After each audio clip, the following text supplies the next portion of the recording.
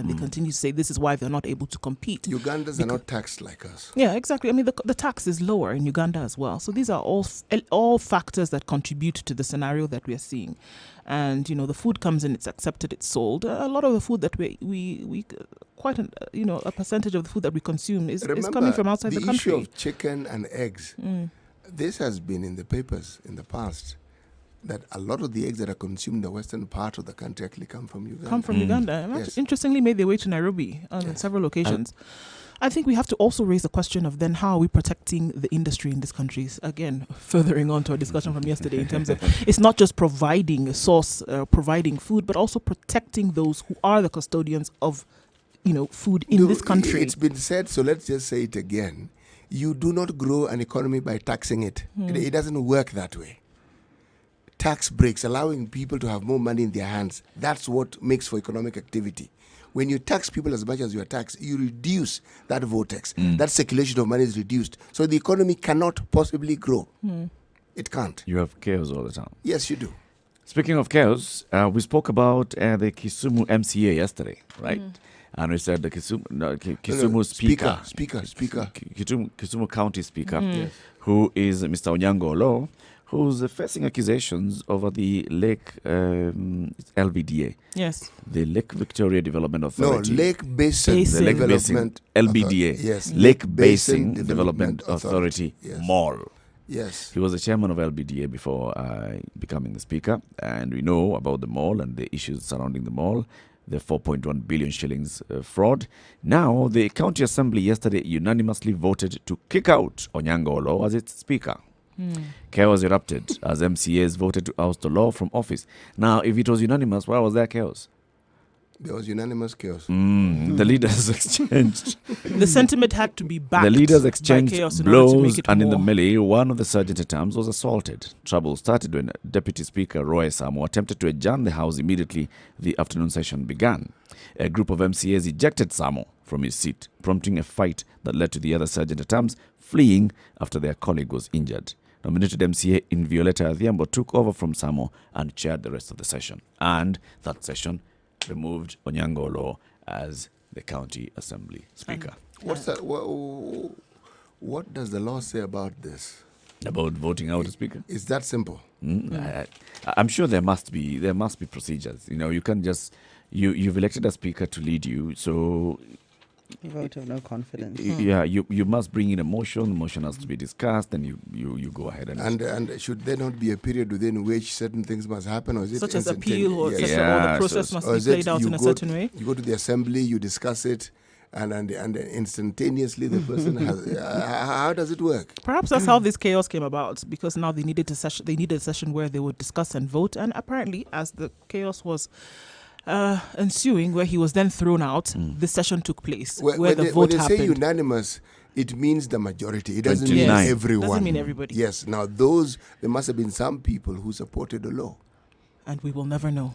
So the majority leader said 29 MCAs signed a petition to have a new speaker elected. The law requires that Olo steps aside until such a time that he will be cleared by the courts. That's what the MCA majority leader Kenneth Okoth was saying. His sentiments were shared by other MCAs who said ODM, which is the majority party in the assembly, also directed that Olo be cut loose until he is cleared by the courts. So instruction had come from above. You know who above is? It's not Ruto. No, it's not Ruto. I just want to point out something very quickly, and we see that we have, a Mason gets 10 years in consent case. A man has been jailed for 10 years by a Kisumu court for defiling a standard 8 pupil. And this was in Kisumu. Then we go to Kakamega, where a man is to spend 20 years in jail for defiling his niece. We've had cases, so many cases over and over again, where young children are defiled and nothing has been done. So I want to say that this is probably steps in the right direction, where we actually have action being taken. Some people would say 10, 20 years is not enough. When you basically destroy a child's life in that manner, because there's no coming back from something like that. However, we see that it's a little bit more seriousness is being taken in these cases, and hopefully we will have a situation in the near future where we don't have the lives of young girls young children, because we've had cases of boys as well destroyed in this manner. All right. After this break, let's discuss Kibra, McDonald Mariga, the IEBC, the Jubilee Party, and see, what is all this drama all about, all right? So it's 28 minutes to 7 o'clock. Good morning. You are in the Situation Room, the biggest conversation in Kenya and East Africa. Jerry Thorne, Eric Latif, Ndu Oko, and C.T. Muga. Coming out of this break, we discuss McDonald Mariga, Kibra, IEBC, and Jubilee Party.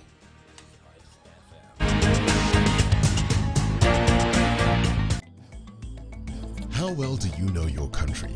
Given a chance, where would you go? Not so many places, huh? Would you even know how to get there? Yes? No? Maybe? I don't know. Well, oh ye gallivanters and tourists alike, here is your chance to not only know, but also visit amazing destinations in Kenya with complete recommendations, guides, and tips on accommodation spots, wellness stops, and food joints all over Kenya. How, you ask? Courtesy of the biggest locally targeted tours and travel magazine, Travelog. Travelog is your monthly pull-out magazine in the Standard newspaper every first Thursday of the month. With Travelog, enjoy the beauty of life that Kenya has to offer. Visit exotic and hidden destinations, be part of amazing conservation campaigns and projects as you simply enjoy Kenya.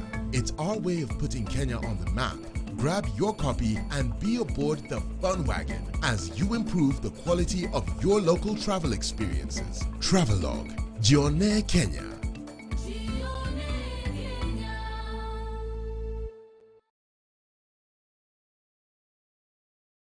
Tired of living your same old life? Need to spice it up and add some flavor? Well, we can help you go from living to living it up. East Africa, are you ready to be a part of the most vibrant entertainment scene with the best, freshest music, travel tips and destinations, fashion, tech and health trends, as well as your favorite celebrities' lifestyles? Introducing your favorite entertainment magazine, Pulsar, the ultimate all-in-one guide that will give you more meaning to life. Catch up with your celebrity writers and contributors to stay up to date with what's happening around you, where and how you can be a part of all that. The lifestyle guide that has been missing in your life. Pulsar. Live it up. Are you ready? Okay. Spice FM. All right, looking at the state of things on the road this morning, we don't have many issues so far. So good in different parts of the city. It seems that a car overturned at Kariobangi last night, and there was some looting that happened, and now that, as people woke up, was causing a little bit of traffic in that area, but that has definitely dissipated. We hope that we don't have the same issues that we did around the city with the gridlock everywhere, but we'll get to know as the minutes tick by. Right now, things are moving smoothly along Mombasa Road, the same for Thika Road and Ngong Road as well. We're likely to see things change, but we'll be sure to keep you informed as we get information of the same. 0719-012-600 is our number. Call us if there's anything that you see that we need to know about, that we can share that information on. Mature, intelligent talk every morning. Spice up yourself. Mornings done right. 94.4 Spice FM, Nairobi. 25 minutes till 7 o'clock. Good morning. You are in the Situation Room, Kenya's biggest conversation. We are live streaming on Facebook, Spice FM KE, on YouTube, Spice FM KE, and www.spicefm.co.ke. Our frequencies across the country: 94.4 in Nairobi, 87.9 in Mombasa, 102.5 in Kisumu, 96.0 in Nakuru, 96.7 in Eldoret, 90.9 in Nyeri, 97.6 in Malindi. And the conversation, of course, happens by you joining in, 0719-012-600. So let's take a look at what happened yesterday at IEBC. So McDonald Mariga, accompanied by, of course, some party officials who included, surprise, the former Kolomani MP. So they went there. Why is that a surprise, Eric? Because I didn't know he had joined the Jubilee. Who's that? Sorry. Halwale. Boni Halwale. Boni Halwale. Oh, he's okay. So he's a Tanga guy, though. We all know he's been going to Karen to collect the loot. No? Oh, all right. Has he? Yeah. I see. So is he in Jubilee now? Well, he's rooting for Ruto. Okay. Put it that way. So because of that, so we assume that he's in Jubilee. So, Note that distinction. Note that distinction. Note. Carry on. right, he's in the Tanga wing of the Jubilee. Jubilee Party suffered a setback after the nomination of its aspirant for Kibra by-election, McDonald Mariga, was turned down by the electoral body. The IEBC ruled that the footballer, who was not in the country's voters register, a requirement for one to vie in an election. Last evening, IEBC Kibra returning officer Beatrice Muli told Mariga that a search at the register did not find his name. He was advised to seek redress with the IEBC Dispute Resolution Board. We spoke to the Jubilee National Elections Board Chairman, Mr. Musangi, Andrew Musangi, last week, and we asked him this particular question. There is talk that this man is not registered, and he said, no. The man is actually a registered voter. He registered as a voter in August, and that's all you're required to do, register as a voter. You don't put yourself in Is it the true, voter's actually? register. I mean, that's what he said, but is it true? It is indeed. Well, I think he did register, but I think also the IEBC needs to be forthcoming with information at some point. We're not disputing the fact that, there are reasons why they've called this out and said that it cannot be. However, again, they need to be forthcoming with information. Now, we look at specifically the IEBC Act, and when we had this conversation earlier, Eric, you made it very clear that according to the IEBC Act, during the time of by-election, is when the voter register will not be updated, or rather, you may not register during the period which a by-election is taking place. It's imminent. Exactly. So, I mean, it's according to them, it's very clear. So this IEBC official should really just come out and say, look, according to the Act, here's what's going on. Why are we pussyfooting around the issue? All right, but here's the issue, though. So let me just quote the registration of voters and determination of questions concerning registration. This is in the IEBC Act of 2016. An adult citizen, right to vote. An adult citizen shall exercise the right to vote specified in Article 38 of the Constitution in accordance with this Act. Now, let's go to the register of voters. There shall be a register to be known as the Register of Voters, which shall comprise of 1.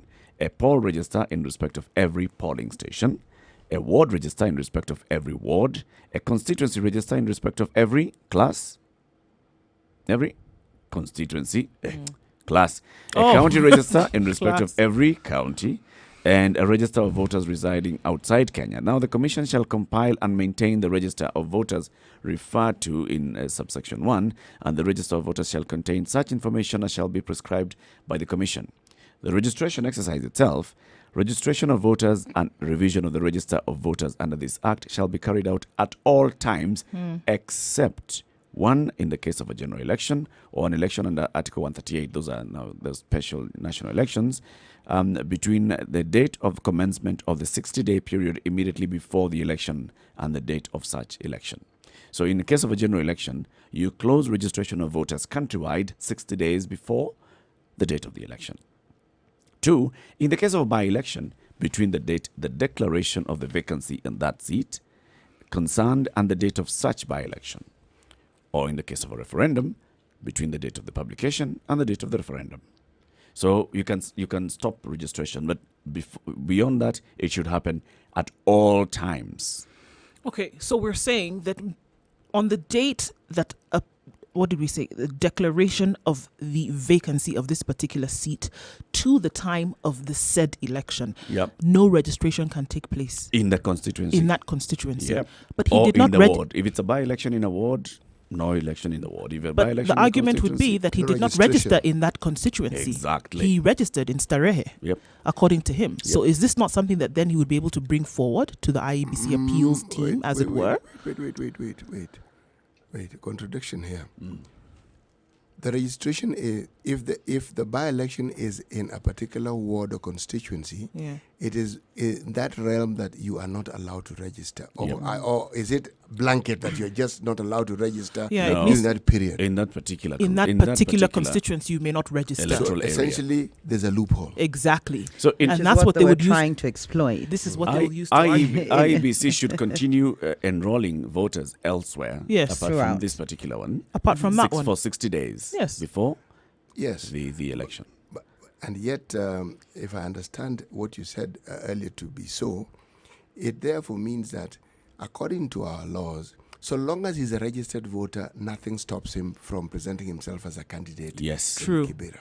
Let me continue, But actually. does he qualify as a registered voter? Any Now, that's citizen, here is point the of issue. contention. Any citizen of Kenya who has attained the age of 18 years, as evidenced either by a national ID or a Kenyan passport, and whose name is not in the register of the voters, shall be registered as a voter upon application in the prescribed manner to the Commission. All applicants for registration under this section shall be registered in the appropriate register by the registration officer or any other officer authorized by the Commission, and the registration officer or any other officer referred to in subsection 3, that's the person who's authorized by the Commission, shall at such times as the Commission may direct transmit the information relating to the registration of the voter to the Commission for inclusion in the register of voters. It's a mouthful of law there, but I think the operative word there is upon. Upon application, you shall be registered. You're registered. And Mr. Mariga, upon his application. Yes. And also he's further supported by Article 83 of the Constitution, which talks about the spirit of registration, because we must keep in mind is law for the man or man for the law. So it's law for the man. We have to look at the intentions. The law, and spirit of the law. Absolutely. So they talk about administrative arrangements for the registration of voters and the conduct of elections shall be designed to facilitate and shall not deny an eligible citizen the right to vote or stand for election. So if there's an opportunity to interpret the law, it must be interpreted so as to give effect to that provision in our Constitution. The notion of denying an eligible citizen. So is he an eligible citizen? And of course he's over 18, of sound mind, has a Kenyan nationality. So he's an eligible citizen. And this could be denying him the right to stand for election, which is a fundamental breach of constitutional rights, but also it undermines democracy in a big way. So there's an overarching principle here that could lead to, if something like this went to the court, the judges may be deciding and, maybe not interpreting the laws from the IEBC Act or the Electoral Act, not interpreting them too stringently so as to give effect to the spirit of the Constitution and, of course, to uphold the ideals of democracy. What IEBC is basically saying is that the register that I have now is the register that was gazetted in 2017. The last time that this register was updated was in 2017. So between 2017 to yesterday, the people who've been applying to become voters have actually not been included in the register. All of them. All of them. So it's not just Mariga. Not just Mariga. All those people haven't been included in the register. Which is then unconstitutional, because wrong. it starts to deny, as per the Constitution. And it exposes IEBC, because what have you been doing for the... What I'm I mean, wondering what's your is- job? Your job is register voters, run elections. You only had 2 jobs. What is let's it just call about one. IEBC? I mean, here they are airing their dirty laundry in public. Yet again. Yes. We didn't need to know just how inept they are. And here it is again, they're telling us, we are not really up to scratch. We're not on top of our game here. Completely. Yes. They had a bit of a back and forth yesterday, the returning officer and Mr. Bonnie Halwale, who had presented Mr. Mariga, who was, also accompanied by Langata MP, Nixon Korir, and this is what they were saying. Whereas we are prepared to take advantage of that window, I would like to mind the language of your recommendation. You cannot say until the window is closed that the nomination has been invalidated. He said now, which can be lifted any other time. Wait a minute. Yeah. If you're going to let that statement fly, then you will also have to acknowledge our position. Because if it goes without our position being included, it will mean we have acknowledged that we are seeking redress during that window period because we have not acknowledged that. So I'm requesting that you improve on your statement. I mean, that is the law. Yes. And then attach them to these documents. And then forward them. Wait a minute. And we would also like you, and we would like to request you, in fact not like, but to request you, that as we register our dissent, you also acknowledge that we have descended. You know, we are lawmakers, madam, and when we are making law, a descending voice must be registered. A descending voice is also legal, and I hope the lawyer is hearing this. Yes. So we would like you to also acknowledge our descending view. I will go to court, for example, and then a lawyer tells me, where is the evidence that you descended this? So I have to have that evidence. I have to have that evidence so that nobody challenges me purely on a point of law, and cases are won. He was talking about his dissent. Yes. Basically, they are not agreeing with what the IEBC returning officer told them yesterday. And listening to this yesterday and watching it, I actually also began to think this was a long game by Jubilee all along. It's a long game. One, I'm starting to see Chebukati must go. Coming. So are you saying that essentially what the ploy or what the plot was by Jubilee in this particular case was to shed light on the ineptitude or the inadequacies of the IEBC from the very beginning, because they knew that this would happen? No, they also are looking through the proverbial crystal ball? That is cutting your nose off to spite your face. I would think, yes. Why would you do that? If you go along that path, then we are going to challenge the very election that put the government in place. Yes. No, you can't. That is done and dusted. Yeah. No. It may be done. It isn't dusted. It may have been challenged, but what came about? All I'm saying is that's that water under the bridge. It's a slippery. It's not going to affect them in any way. So yes, you'll raise questions of legitimacy. You'll raise questions of vote. Questions of legitimacy were raised either way. If you're saying this is the party that is bringing that up, they are the ones now who actually continued the reign. So if anything, it helped them as the ruling party at that time. So now they want to come and question this again? No. The role of voters did not in any way help them or not help them in the last election. Pray tell. Really? Nobody complained about the role of voters in the last election. Nobody. Not the people who went to the presidential court, to the court of it's called Supreme Court. The SCOC. Nobody went to Supreme Court and questioned the voter register. Nobody. But here we have a commission that since then has lost 4 commissioners, has lost a CEO, has lost some members of the commission, and we are exposing it. It's exposed. So are you saying that this whole exercise again was to expose the IEBC? It's just a what if. It's just a what if, because you see, they clearly, just listening to what Bonnie Halole was saying yesterday, okay, I can hear you, and you're saying we have got how many days again we've got 9 days to deal with this, all right, but so I want you to stamp everything, show that you've received everything that we've brought. Just show that you acknowledge that the candidate had actually applied to be a voter. Just indicate, stamp. Indicate that you've acknowledged that he's a Kenyan citizen. Indicate that you've acknowledged that we've brought in the 10,000 shillings check. Indicate that, acknowledge everything. Now, don't use the word that he's disqualified. Register our dissent, our dissenting voice. Register it.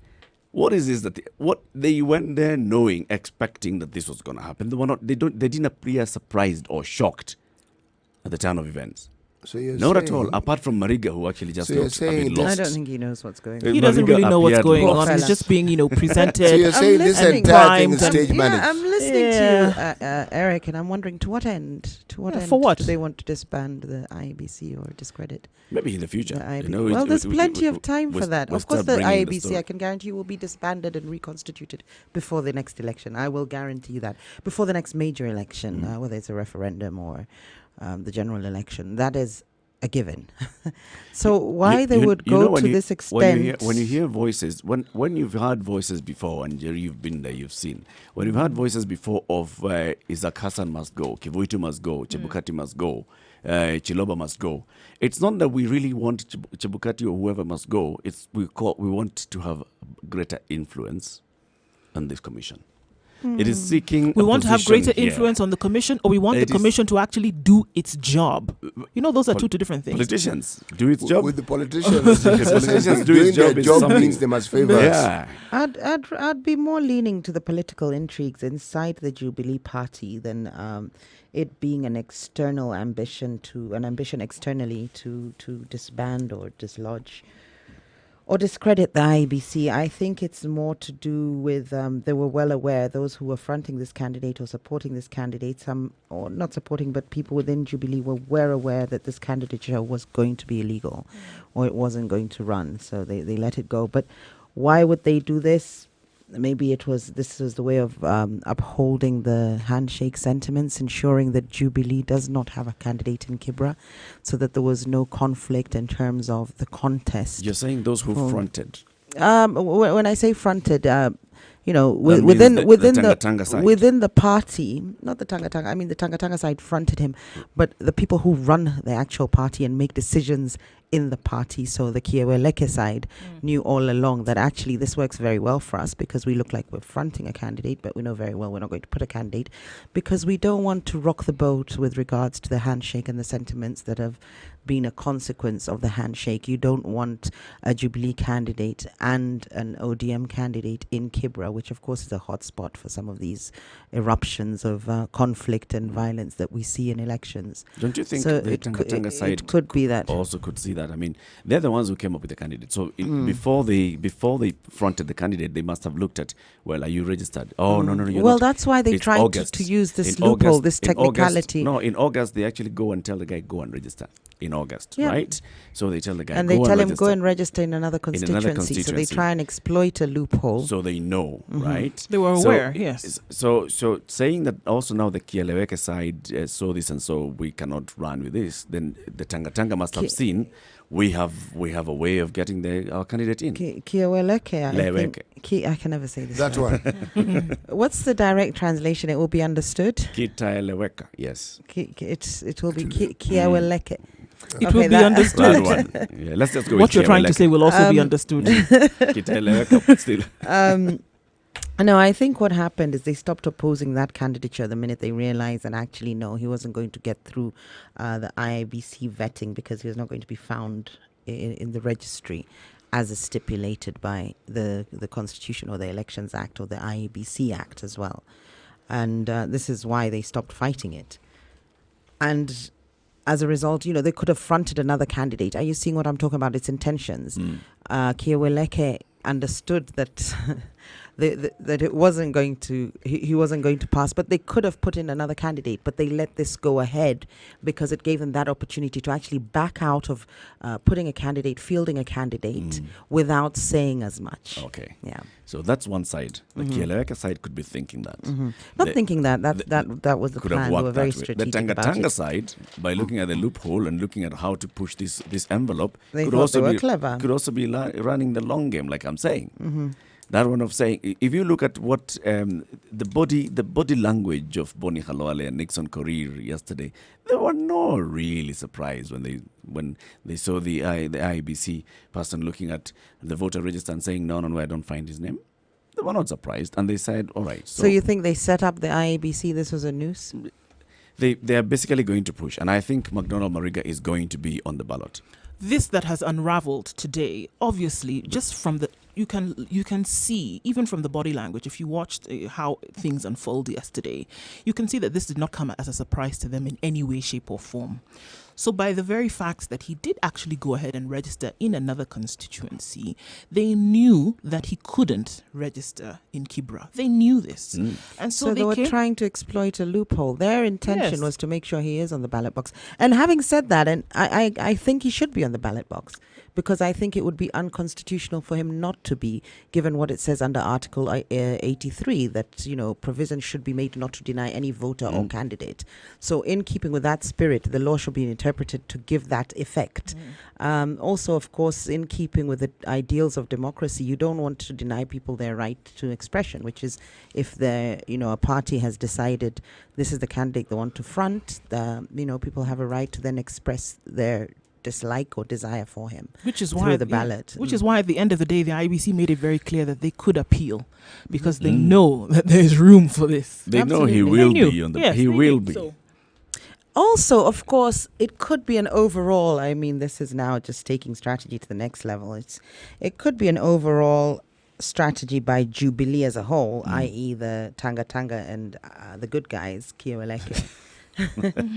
It could be to give Mariga attention because we're talking about him. He's getting all the clout. Give him some prominence, and then this idea that he might not have been able to run, it makes him even more desirable to the voters. Victim, or just that the scarcity principle, just psychologically, you can't have something you wanted more. So you'll find people marching as part of their campaign, saying we want Mariga, or give Mariga his So give him his Yeah. day. Essentially, Give him what a you're chance. saying is that Mariga does have a chance. Of I becoming don't MP for know. Kibra. If it wasn't against an ODM candidate in the name of Imran Okof, then yes, he does. But either way, we've, in terms of name recognition, we've propelled him onto the political podium or platform. So somebody to watch for 2022, definitely. This is what he said yesterday at the end of all that, up and down.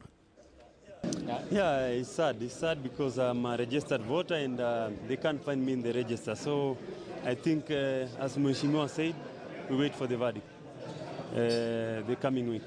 So when did you register? Thank you. Who was that who said that's enough? Who else?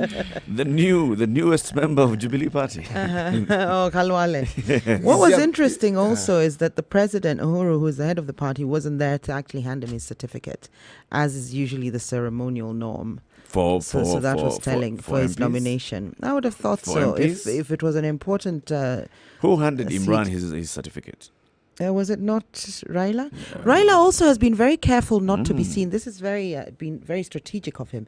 He wasn't even seen at the nominations because, of course, he's been previously accused of orchestrating them and, selecting people and, forcing individuals onto the public. So he was very careful in how this nomination was carried out, and in fact their choice of how they chose their candidate, and he made sure he was not visible at all. I don't know if you noticed that. So you can see why he didn't even hand over the certificate, because that would have been symbolic of the usual accusations that he has chosen a candidate and he's lauding it onto the people. Did you notice that? I Yes. didn't see Raila at the nominations. They went very smoothly. And he had said, "I'm not going to be considering it there. was This an ODM is exercise." it's a democratic, it's a democratic process, and this is how he's going to run."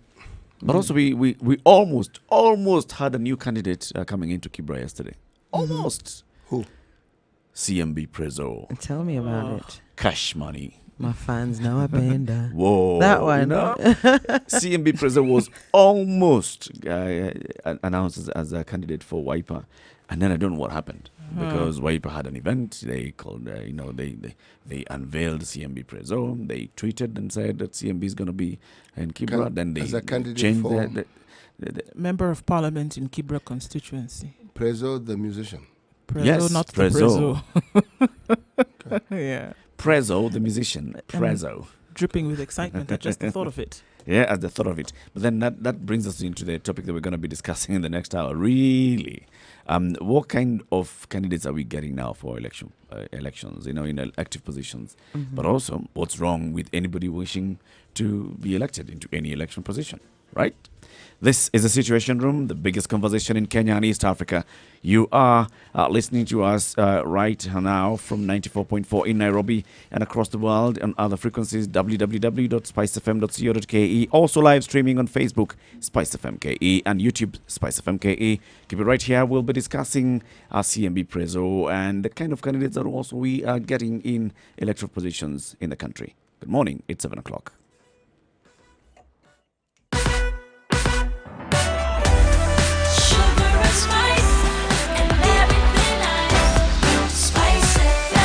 Spice up your life.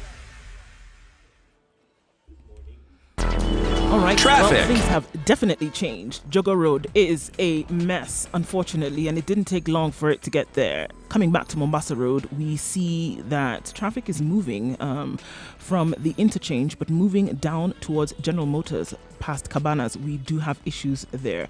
Getting into the city centre, there has been an accident on Muindi, Mbingu and Kenyatta Avenue Junction, so there's drama already in the city centre as you're trying to get in there. So just so you know, that's what's happening if you are stuck. Thika Road is manic as usual from Garden City all the way to Allsops. It's moving slowly, but it's moving. Langata Road, the traffic starts all the way from Galleria Mall and it's heading into town slowly, but surely.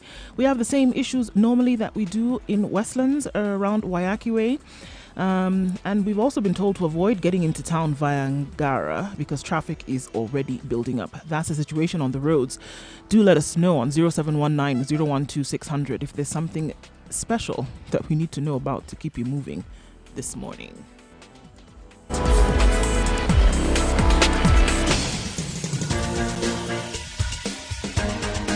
This is The Situation Room, the home of hard-hitting political commentary and penetrating insights about the state of the nation. This is a talk radio experience like no other. The Situation Room, a place for hard truths, debates, and elevated conversations. The Situation Room, witty, political, engaging, deep, controversial. In the room, we have Jerry Thorne, lawyer, political strategist, an insider in the corridors of power, ready to take on any side of the debate with her signature eloquence and grit. C.T. Muga, researcher, academic, seasoned political observer, a fountain of wisdom in these politically uncertain times. Ndu Oko, Nigerian by birth, Kenyan by choice, communications expert, Pan-Africanist, a truth seeker and believer in people power, and Eric Latif, agent provocateur, the man in the chair, seasoned journalist, news hound, a man who believes in punching up,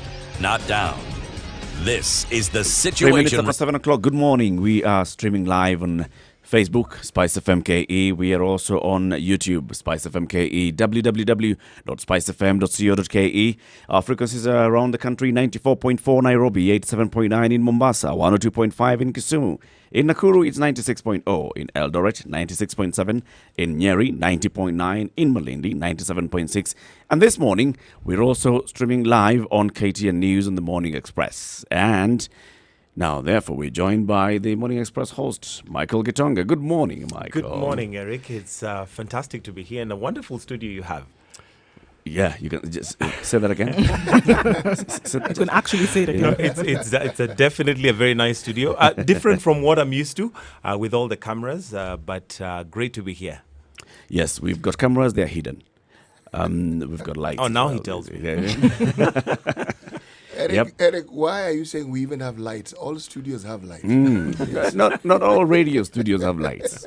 This is the first and only 24-hour audiovisual radio station. So we are actually streaming what you hear on video as well, on Spice FM KE, on Facebook, Spice FM KE, on YouTube, and now we are also on KTN News, The Morning Express. So, Michael, karibu sana. Asante sana, appreciate it. We're glad you're here. Thank you. And maybe just to announce why we're here, one of the reasons is today, on Wednesdays, we normally do what we call the newsroom, and we look at different aspects of the newsroom. And today we thought, well, let's feature radio being one of the most powerful mediums of communications, I believe, that we have. So Spice FM, of course, not a very new kid in the block right now, but thought it was a good place to start. No, you thought well. Yeah. You thought very well. Yeah. You know what? This show is, it's the biggest conversation in Kenya and East Africa. This is what the Situation Room is all about. So we discuss various issues. We also, of course, ensure that we engage our audience, and we are also welcoming the audience on KTN News as well to engage with us, 0719 012 600. You can call in on that number and on the conversations that we're having. In the previous hour, we're discussing McDonald Mariga's, what do we call it? Dilemma, fiasco at the IEBC yesterday. Dilemma is good. So dilemma works, Dilemma right? is good. At the IEBC yesterday, and we're saying that he deserves to be on the ballot. The law actually allows him to be on the ballot. The procedures of the IEBC expose the issues within the IEBC, and the IEBC should be able to address those issues. Of course, being who we are, we always come up with other sides of what ifs. And we had a couple of what ifs that we discussed, but also we ended the hour on discussing that we almost had a candidate yesterday from Wiper. Almost. And in a way, we ended up not having that candidate, and that was CMB Prezo. So we saw CMB Prezo actually being paraded by the Wiper leadership, who were saying, okay, we've got somebody, and this is what's going to happen. And let's just have a look at what was said yesterday. Kwa hiyo bila kuharibu wakati mwingine, mimi mwenyewe sio celebrity, celebrity mwenyewe yuko hapa. Preso. And I'm going nitamsalimia na kumkaribisha kwa chama. Mkumbuke celebrity ulianza na Big Brother Africa. Yeah. He's himself an artist. Tell us something about yourself. Shika mkono hapa. Shika mkono kaka. So now, takubalisha hii. Asante sana.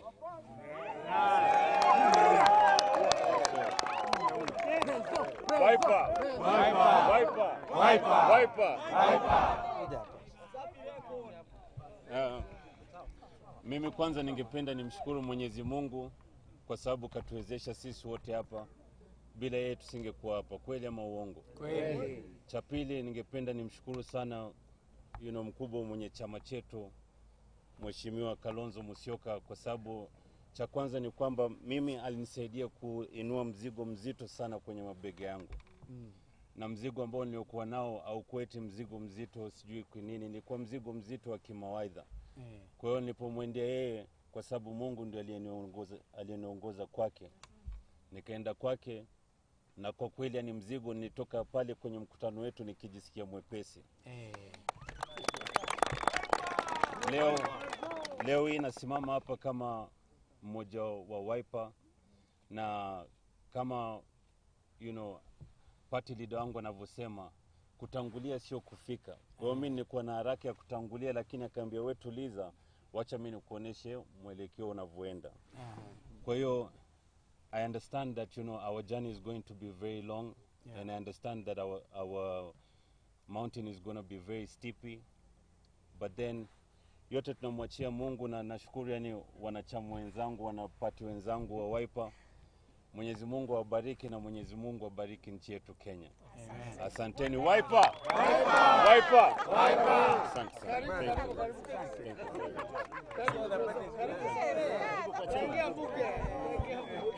So, chama sasa,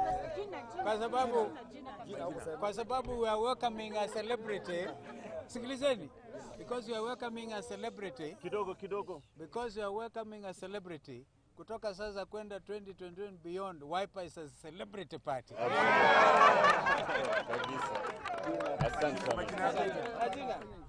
Last but not least, ladies and gentlemen, kwa majina, wengi wenu mnanijua kwa jina langu la kisanii ambayo ni Prezo, lakini majina yangu halisi, majina yangu ya serikali ni Jackson Kimodho Ngechu.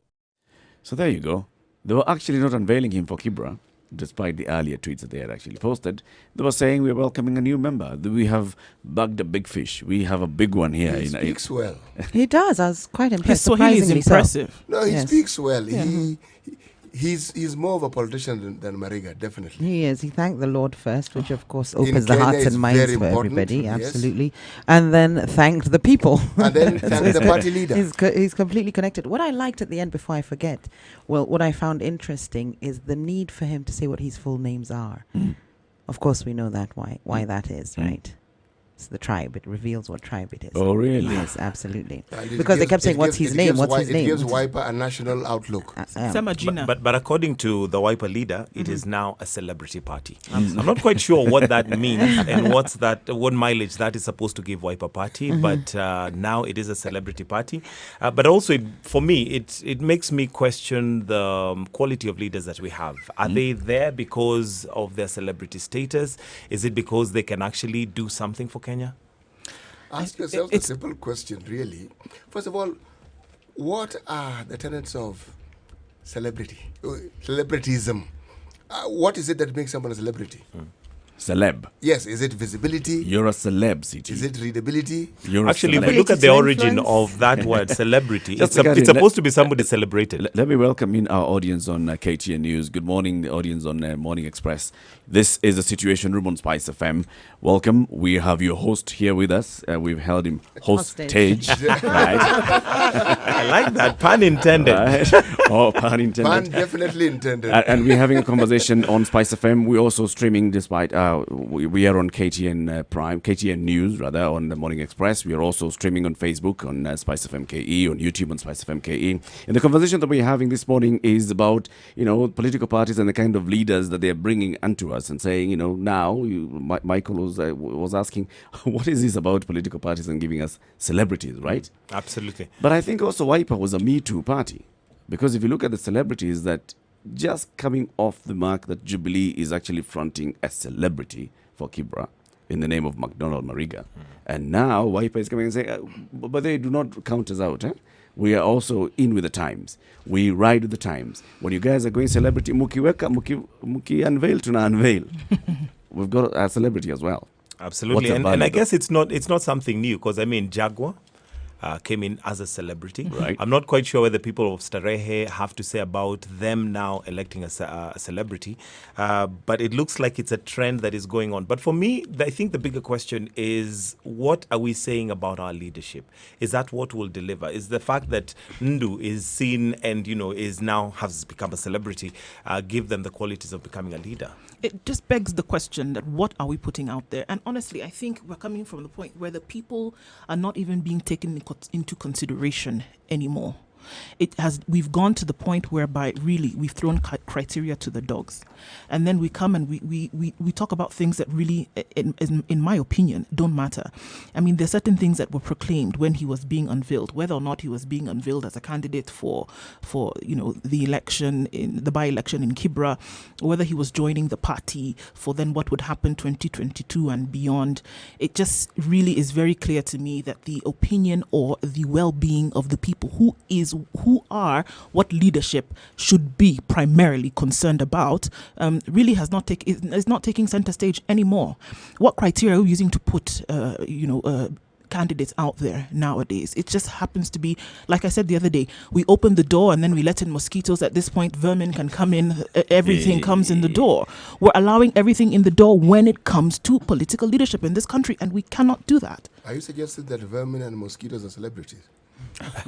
Well, no, I'm suggesting that perhaps celebrities should rather remain celebrity, however you choose to see them, should remain on the platforms for which they have been given their mandate per se. But if you look at that term broadly, politicians are celebrities. Okay, church leaders are celebrities. But more importantly, we've had people from the media joining the political circus. So they are now politicians, bona fide politicians, and how they gained their fame was through the media. So this isn't new.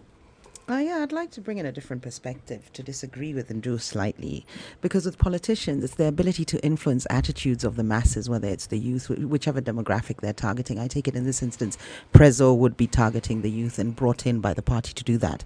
So without worrying too much about his leadership, what we need to understand is that the party is going to be using him, for lack of a better phrase. So it's about the ideology of the party and him being used to disseminate that, given the influence that he has. That's one way to look at it. And also with regards to leadership and celebrities, we've had them worldwide. Ronald Reagan was an actor, if I remember correctly. Yeah, we have Ware, who's a footballer. Ware was a footballer. And then there was the Hasta la Vista guy. What's his name?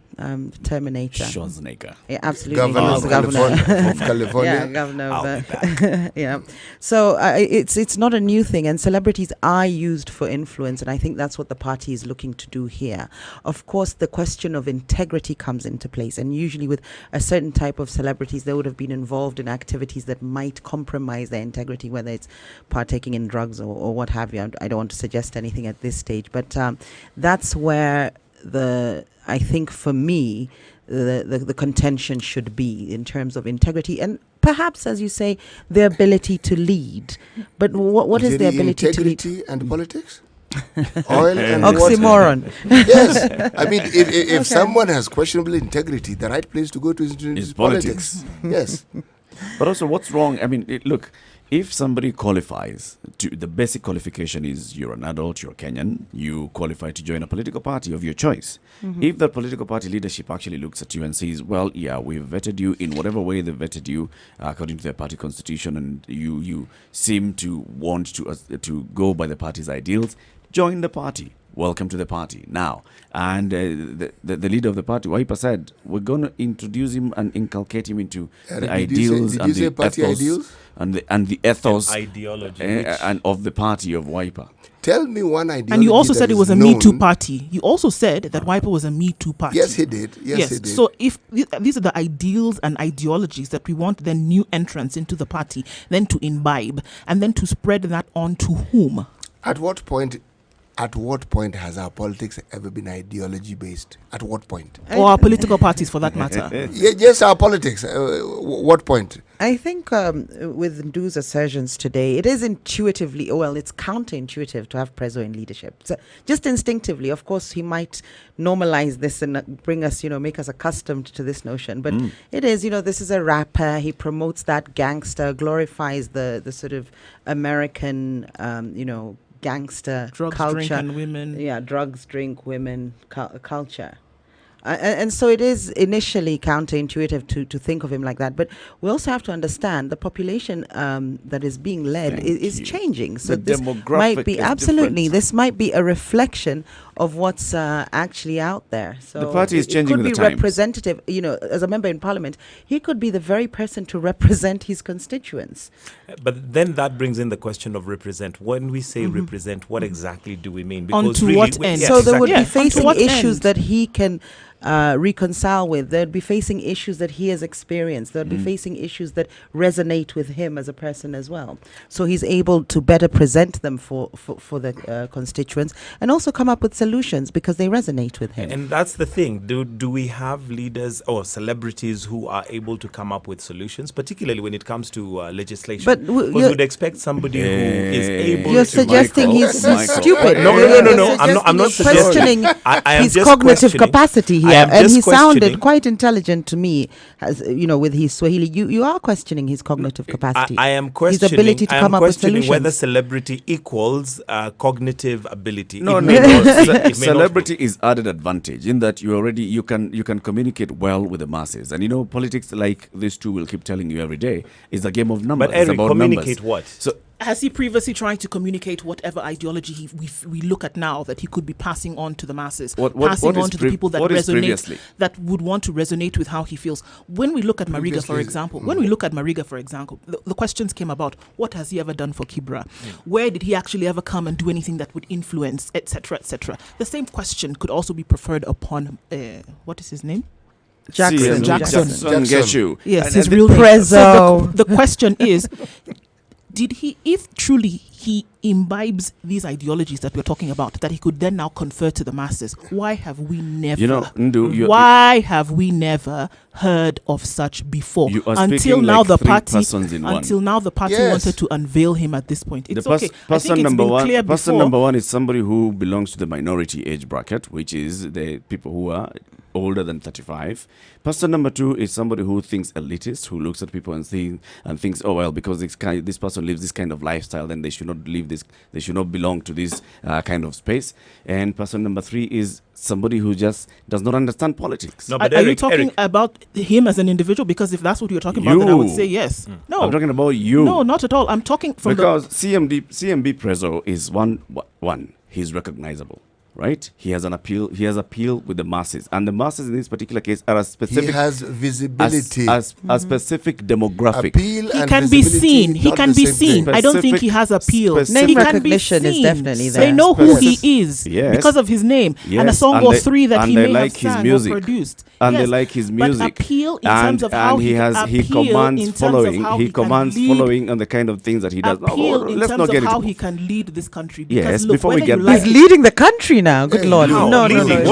What is leading? Excuse me. Let's talk about The man joined the What party. is leading? If a party. Leading. No, the man joined the party. As far as I'm concerned, leading is not just having masses that listen to your song. Leading is It's not coming up about- with policies, coming up with things that But make, also make, being make a able difference. to influence. So there's uptake of that policy. I can come up with great solutions, but I'm not leading anybody. Yeah. In fact, I have great solutions, but there's nobody I'm leading.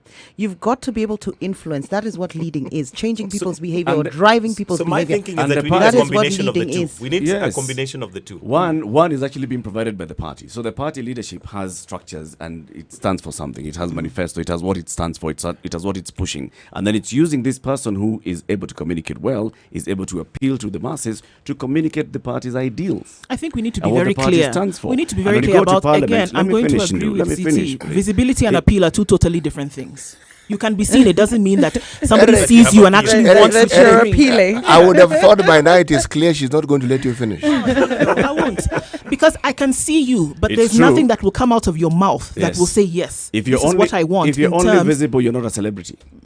Celebrity Look, goes with visibility and today, appeal. No, today I can write something, appeal in negative or positive. It doesn't really Interesting to matter. us, It doesn't really matter. Yeah. Well, and Yeah. once it's negative, it's no longer appeal. It's no longer I mean, appeal. those are semantics. but it's Exactly. no So now, longer appeal. if I put but something visibility, out there today, I can become an instant celebrity. Are by you what saying I do. that notoriety does not encompass appeal?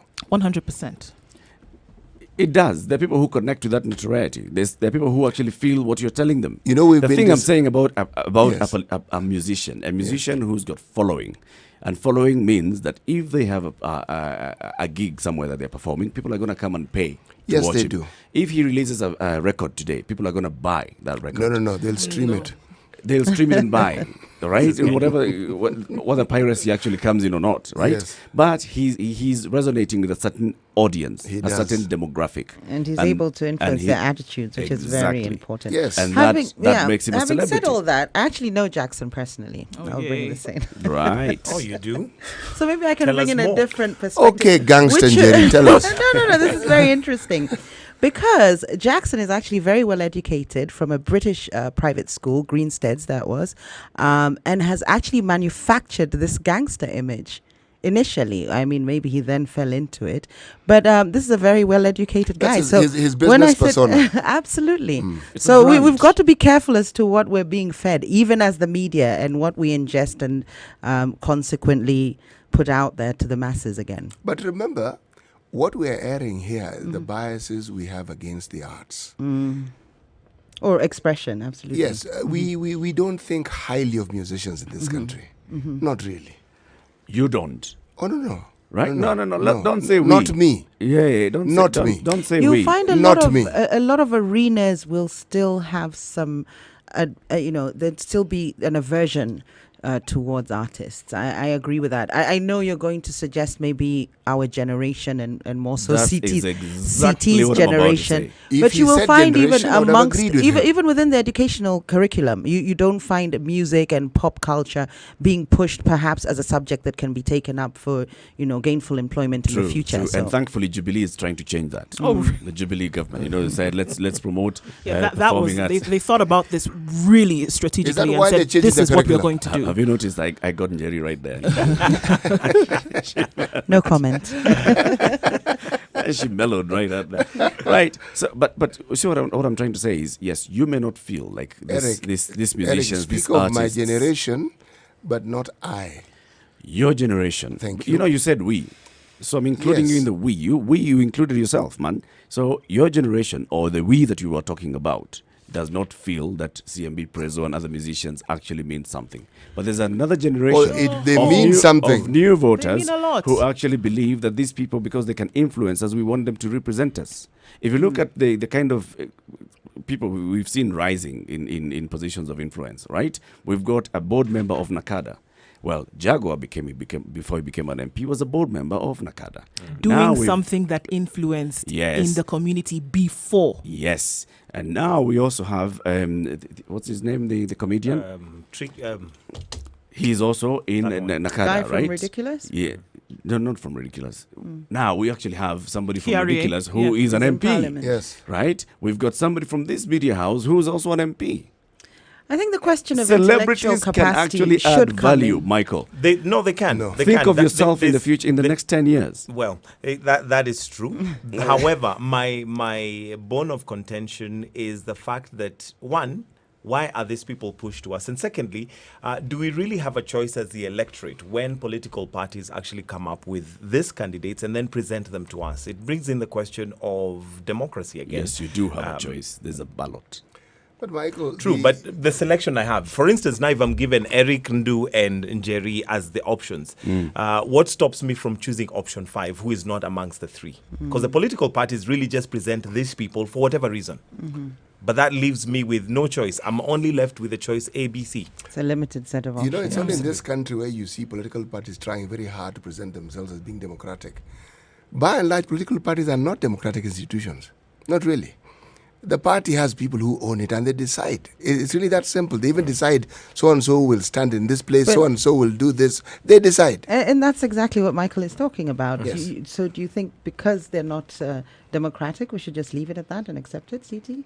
I personally think... Because you're saying it is futile to have this discussion. No, you are saying... You're suggesting Jerry, that. you do this so beautifully. Sorry. you think of something, you say it, and then you say, CT, you're saying this. And everyone has heard you say it. A good politician. So at what point... At what... A celebrity politician. Yes.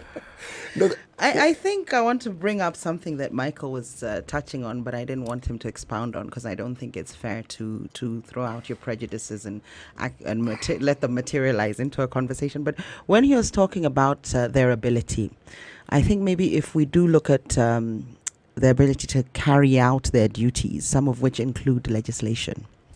And it can be quite technical, you know, when you're there. It's not just about giving a suggestion as a solution. You then have to go into the legislative process. Do they have the ability as celebrities? Do they have the educational background to be able to carry out these tasks? And I think that's what Ndu is perhaps trying to say. I've, of course, honed in and been quite granular in terms of one specific activity, which is legislation. But as a leader, there's a lot of those things you're dealing with CDF, which is money, it's public finance management, and so on. So, yes, I can understand what where you're both coming from. And I guess the bigger thing that they should have as a quality is management. Because at the end of the day, we cannot expect them to know everything. Not that the legislators who we have or that are there, all good legislators, actually know everything, but they have the ability to manage. Now, my question is, what background do we have for some of these celebrities that can give us an idea of how good they are in managing? And the way in which you can see this is by activities that they were involved in previously. Before they were then presented to be in a position of contributory management. Because when we look at it, you're looking at it as the capacity in which they fill, you know, at a micro level, but then you also must look at it at how it contributes on a macro level for the entire country. So what activities have we seen that they have been involved in that helped or that showed us, oh yes, 1, 2, 3, I can see that this particular individual would make sense. It doesn't matter what their don't get stuck on that. Just let me finish. It doesn't matter what their background is. It doesn't matter what career it has formed their experience. None of that matters. But can we see activity that points directly to some of these things that we're talking about? This management. And what do you mean by activity? What sort of really? indicator are you looking for? Because usually, I mean, the bog standard one is a degree. And everybody accepts if you've got a degree, you've got an element of, you know, discipline in you to carry out and see yourself through a 4 or 3 year course and so on. So that gives you an indication as to the character of the person. No. What else other than a degree? She's actually talking about like development activities. No, that correlation. That correlation doesn't add up. The fact that someone is academically inclined and is able to pass exams, is able to meet the requirements for a degree, that's what they have. Let's not attach other qualities beyond that. I think there's a discipline attached to it. You have very intelligent people who will not see themselves through a degree. I agree. So for me, a degree is discipline. It's not just academic ability per se. But beyond discipline, let's not attribute qualities that may not exist. Everything you've said is true. They have everything I say is always true. No, you don't need to reaffirm that over. Everything you say, you insist is true. I know it's true. I only speak facts. I'm not here to give opinions. Well, I give facts and opinions. Okay. Opinionated facts. Not really. They're just opinions. Jerry's are opinionated facts. You see, the point here is, Jerry is right insofar as she's saying, A degree helps in opening up someone's mind. The experience of learning opens your mind. Critical thinking. Yes, also. it does things that any earlier learning will not have done. But that's just about it, really. Beyond that, it has to be you, the individual, and the qualities that you have and the interest you have. Totally different. Someone may not go to university and yet they pursue to open their minds. But the environment and interaction on the university is incomparable. There's nowhere else different. Yeah. So not to lose the point, how then do we determine who are good leaders based on where they're coming from? Is a degree enough to It's to not change enough. that? Is it even an indicator? No, it shouldn't. Because Jackson doesn't have a degree. I'll tell you that I was much. even telling Ndu, don't use that yardstick of what else has he done for the community before, because Why with not? that, No, I'm not even No, talking why not? necessarily No, no. about what else has he done. What interest has he made public that he has? what do you mean? What interest has he made public? Are He we has- looking at how we are trying to help, even that a particular constituency or particular agenda move in a forward trajectory? He has a platform. We must understand that. And we have many celebrities who have used their platform to even push political agenda. Do you understand one of you the asked me reasons a why? question. Am I allowed to answer? I'm answering you the question. No, but you asked me. No. then why Let did you her ask me? speak, Eric. Let What me is this? finish. Some male-dominated studio. Eric is actually paying you back in kind. Well, She didn't let me finish. So, Yes. no. So okay, Eric, so answer your own question. Don't let her finish. Answer Yes. your own question. Okay, let's get back to the point. Do talk. Do speak. No. Here's No, the let issue. do speak. I had started, so let me finish it. And the issue here is, if you say that you use what else has a person done in the community to as a yardstick, Which if I you didn't, but okay. If you say, well, what is their thinking? What's their logic, process? Their thinking process towards issues that affect this community. That's exactly what a campaign period is all about. It's actually time for somebody to come and explain themselves and tell you this is my thinking, and then you judge them from that, from the way this person is talking, from how they've actually articulated their issues. I feel that they understand the issues, and I feel that they are capable of doing it. One of the ways is that. Eric, you're theorizing. Let's talk about the way would-be wannabe politicians conduct themselves in this country. You go for church harambes. You present yourself at a harambe where someone is unwell and wants to go to some place to get treatment. There's social activities you get yourself involved in. Sponsor a football team. Something, buy them uniform, whether it's second-hand or new. Those are the things that many people do. The speeches that you speak of come later because they're augmented by what you've been doing. But that's what people do. That is the culture, that's the tradition that we have in this country. Because people will not view you or consider you to be a politician if you haven't been involved in a social, cultural activity that they consider important. So what Ndu, I think, was trying to say in the many words she was saying. What football tournament has he sponsored? What church harambe has he contributed to? Those are the things people kind consider. Yes, how many funeral committees has he joined? How many funeral harambes has he contributed to? People consider those things. How many people has he uplifted from this If you want to constituency, from this understand area? the one politician who gets this very well, it's the governor of Nairobi. He this, what I'm talking about, he understands it. Those are the things that appeal to the money. They do. It gives the impression that you are with them in their hour of need. Good point. So does that answer your question? Good point. Not quite, because at the end of the day, at the end of the day, I think I need some form of understanding as the electorate as to who I am electing. What are their capabilities? Attending, a church service and giving to Harambe is fine, but how does that improve my, my well-being? When I look at Sonko, as you've mentioned, he's very good at that, but I think it is playing into the electorate's mind in the sense that what happens when Sonko is away? What happens when he's no longer seated there? He cannot sort out my issues. If it's garbage, fine. He'll send Sonko rescue team and they'll come and do whatever they can do, or take care of our funeral. But when Sonko is not there, I need somebody who can put a system in place that takes care of the Mwananchi regardless of Sonko. No, Sonko has done it brilliantly. Then, if they're saying what happens when Sonko is not there, they will reassure him of the votes. They will keep voting him in, because if Sonko is not here, we're not going to have the Sonko rescue team. So it's also a strategy from Sonko's perspective. perspective. Of course, if you're a more discerning voter, you want a system and a structure that outlives any candidate per se. But Sonko has this down to a T. True.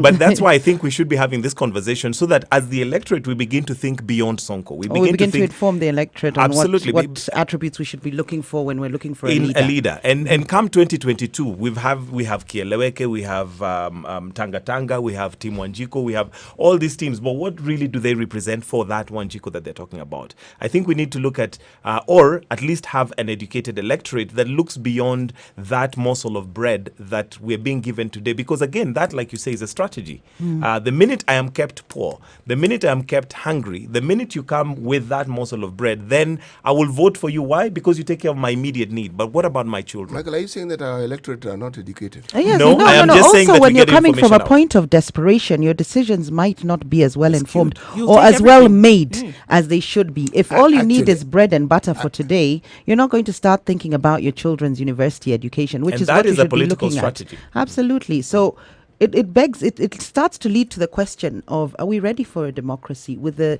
level of, I don't want to say poverty, but the current needs that we have being so basic, i.e. food, shelter, security? Are we ready for a democracy when we can easily be baited by the provision of these basic needs on a daily basis, so it's not even consistent? You might not get it tomorrow and so on. Does that affect our ability to choose? And if so, are we ready for democracy as Africans or as Kenyans? The alternative could also keep us in that state forever, just to make sure that we are never ready for democracy. If we say that is the answer. Anyway, I always go back to no country democratized before reaching economic development. It's important we know that Africa is being pushed to do that. Which is a better system? To drag an entire community with all sorts of mind games, keep them imprisoned, have a lovely police state, and yet get them to believe that they are actually free. Give them football games, give them baseball games, give them wrestling. But give them health care, give them food, give them shelter, give them security. You're talking about the West, aren't you? Yes. So at least they have the basics. Can we get there before we start looking at the sort of democracy the West has and that we've decided we're handcuffed to and we must go with? And then can we put leaders in place who are going to push those particular things that we're talking about right now? If we're not using democracy, you know, this debate revolves around us voting in people who we believe are going to do precisely that. And this debate is taking place because they don't. They don't, exactly. So this is another debate. What happens to them? Because they clearly convince us that they'll do these things. And then when they get there, something happens. What happens? I don't think they convince us they're going to do these things. Can we go back to the indicators? So I think the bottom line is, what are the indicators? What can we look for? Should we look at, does he have a degree? What has he done? Does he go to church? Is he religious? Is he Christian? What are the indicators that we should be looking at? Forget what we are looking at the moment, because something like going to church is considered very important, and that's neither here nor there when it comes to, your ability to lead. What should the electorate be looking at when looking at a leader? Somebody who connects with them at the micro level. Like I think what CT was saying, somebody who comes and engages with them and therefore shows that they understand the plight of the people. Engages in what sense? Jackson can engage with them from a musical level and entertain them. That is a form of engagement. Yes, that's one. What did Honorable Kenneth Okoth have, for instance? One, he was a resident of Kibra, so he understood and felt what Kibra felt because he went through it. And as a result, I think he took care of the things that were basic for them, one being education. So he was passionate about them. Why? Because he lived in that environment. When we take somebody who's, Mariga, who's come from wherever, and want him to do that, he may not have the ability. He doesn't have the feeling to do that. So maybe one of the things that we should be looking at is not necessarily resident, but somebody who feels. If we can call it that. And somebody who feels what the residents feel. They can identify with it. They have gone through it. Before Kenneth Okoth was elected, he actually had to go and tell the people, I think education is important for us. I went through ABCD, and I think we should not be going through ABCD. All of us should not be going through ABCD at this in this constituency, in this day and age. And therefore, I want to do this and this and that. And I can show you, because we have CDF, I can do ABCD with CDF. So he convinced them, but he had to tell them a story that is relatable. He had to tell them education. And I went through ABCD. I had to go to Starehe. I was lucky I went to Starehe. My classmates who were equally good but were not lucky to go to Starehe, they did not get the chance that I got. And because of that, I'd like to bring a Starehe kind of into the constituency. That resonates with the people. That's one quality. Whether the person has so what is the quality? You said what he did. What was the quality? Connecting with the people and their needs. Connecting. They considered him one of their own. Yep. And he demonstrated that he was one of their own by ensuring that the things that people needed, not he thought, he understood what they actually needed, and that is what he sought to achieve. Right. Every time he's spoken of, it's the sterling record that he has left. And part of the reason why his brother has gained the limelight that he has, he was the CDF manager. So he was the face. He's the person people saw. Right. He's the one who ensured projects were actually put in place. Yep. So And had continuity. he did. So he even as people were competing for that thing, he already had a head start. So when we say connecting with the people, what exactly are we saying? Because again, if we go to Jackson Kimotho Ngechu, a.k.a. Prezo, he connects with the people. He connects with the people, but through music. At one level. So is that a quality that... yes, it can. It's a platform from Is it an which, entry point? Yes, it is. And a very good entry point. And a very, very good entry point, yes. This is a Situation Room right here on Spice FM. The Situation Room is Kenya's biggest conversation. We are live on KTN News this morning on the Morning Express, and we have the host of the Morning Express with us this morning, Michael Gitonga. My name is Eric Latif. Ndu Okon, Jerry Thorne, and CT Muga are in the studios. We are streaming as well live on Facebook, Spice FM KE, on YouTube, Spice FM KE, and also our frequencies across the country: 94.4 in Nairobi, 87.9 in Mombasa, 102.5 in Kisumu, 96.0 in Nakuru, 96.7 in Eldoret, 90.9 in Nyeri, and 97.6 in Malindi. I'd like to open up the phone lines for the conversation to actually encompass you as well. 0719 012 600. That's 0719 012 600. What are your thoughts on this? We are talking about what should we use to measure the qualities of a good leader when you're going to elect them. That's the question we're asking this morning. What should you use to measure the quality of a good leader? 0719 012 600. Also, you can comment on our Facebook page, Spice FM KE, and Twitter, Spice FM KE. So we're saying one of them is that, relativity, connection with the people, and somebody who sounds like they understand exactly what is going on. The other one, somebody who understands, not sounds like they do. That's important. You see, understanding. Because I could go out there and sound like I understand. What I'm saying, sound but like. Have I really internalized the problems that these people face so that I can actually find solutions that are totally applicable to them? You know what I'm saying, sound like? It's because it's you and Jerry who believes and understands. I don't know that you understand. But to me, because of where you've come and explained yourself, you now sounded to me like you understand. And it's me who's choosing. Okay, I think we're philosophizing now, but I think it's important that you do more than sound. You actually understand. Actually, we called it connect with the people. Connect. And connecting with the people, I think, has a degree of having gone through a certain experience that makes you understand and, connect with the people. So, that's one of the qualities. What are the qualities? I like the word proximity when it comes to that, because it encompasses the idea of physical proximity, but also a livelihood and a proximity to those people. So maybe if we put it down in a tick box exercise as proximity. What is this person's proximity to that constituency? When you demonstrate in a way that the people you hope to lead understand that you are interested in their welfare, they then trust you to look after that welfare. That's where the voting comes in, and that's where people choose leaders, because they feel this person has already demonstrated that they can look after our interest. They can make decisions that help us as a community, not just him. The beef we have with our politicians is that they look after their own interests. That's the beef. And I guess that's why we're asking for the qualities, because let's face it, all politicians will make it sound that they'll take care of our interests. But the question is, are they, one, interested in doing that, and two, able to do that? Because those are two things. They may be interested but not able. True, and also I think also a depth of awareness is also quite important, because how aware are you of the issues that really affect us on a day-to-day basis, which is the situation that most of the masses find themselves in. The forecast is not a year. The forecast is get to the end of today. And what are the hurdles that I face today? And how are we going to be able to take care of these issues and actually have them play out in the long term? So a depth of awareness of these issues, then connected directly to what CT has said, then how then are you able to demonstrate what you're able to do once you are aware of these things that we, the people, actually need for survival? 0719 012 600 is a telephone number you can call us on. And I've got Joshua on the line. Good morning, Joshua. Joshua, good morning. Good morning. Where are you calling from this morning? I'm calling from Nairobi. Welcome to the Situation Room. What do you think of the conversation we're having this morning? About the conversation you're having over there, I have different feelings from all of you there. Yeah. We lost him. Hello. Yeah. Hello? Good morning. This is Spice FM. This is the Situation Room. This is Michael Barry. Yes, Michael. How are you? Fine, fine. I wanted to contribute to the topic around political parties. So one of you had mentioned it about democracy in political parties. And I think political parties are like membership clubs. Yeah? The same way you can have membership to Nairobi Club, Safari Club, with benefits for members. If you look at the process of joining a political party in the UK, it's actually quite an elaborate process where you send in an application, you go through a vetting process before your membership is accepted. Yeah, so that's the same kind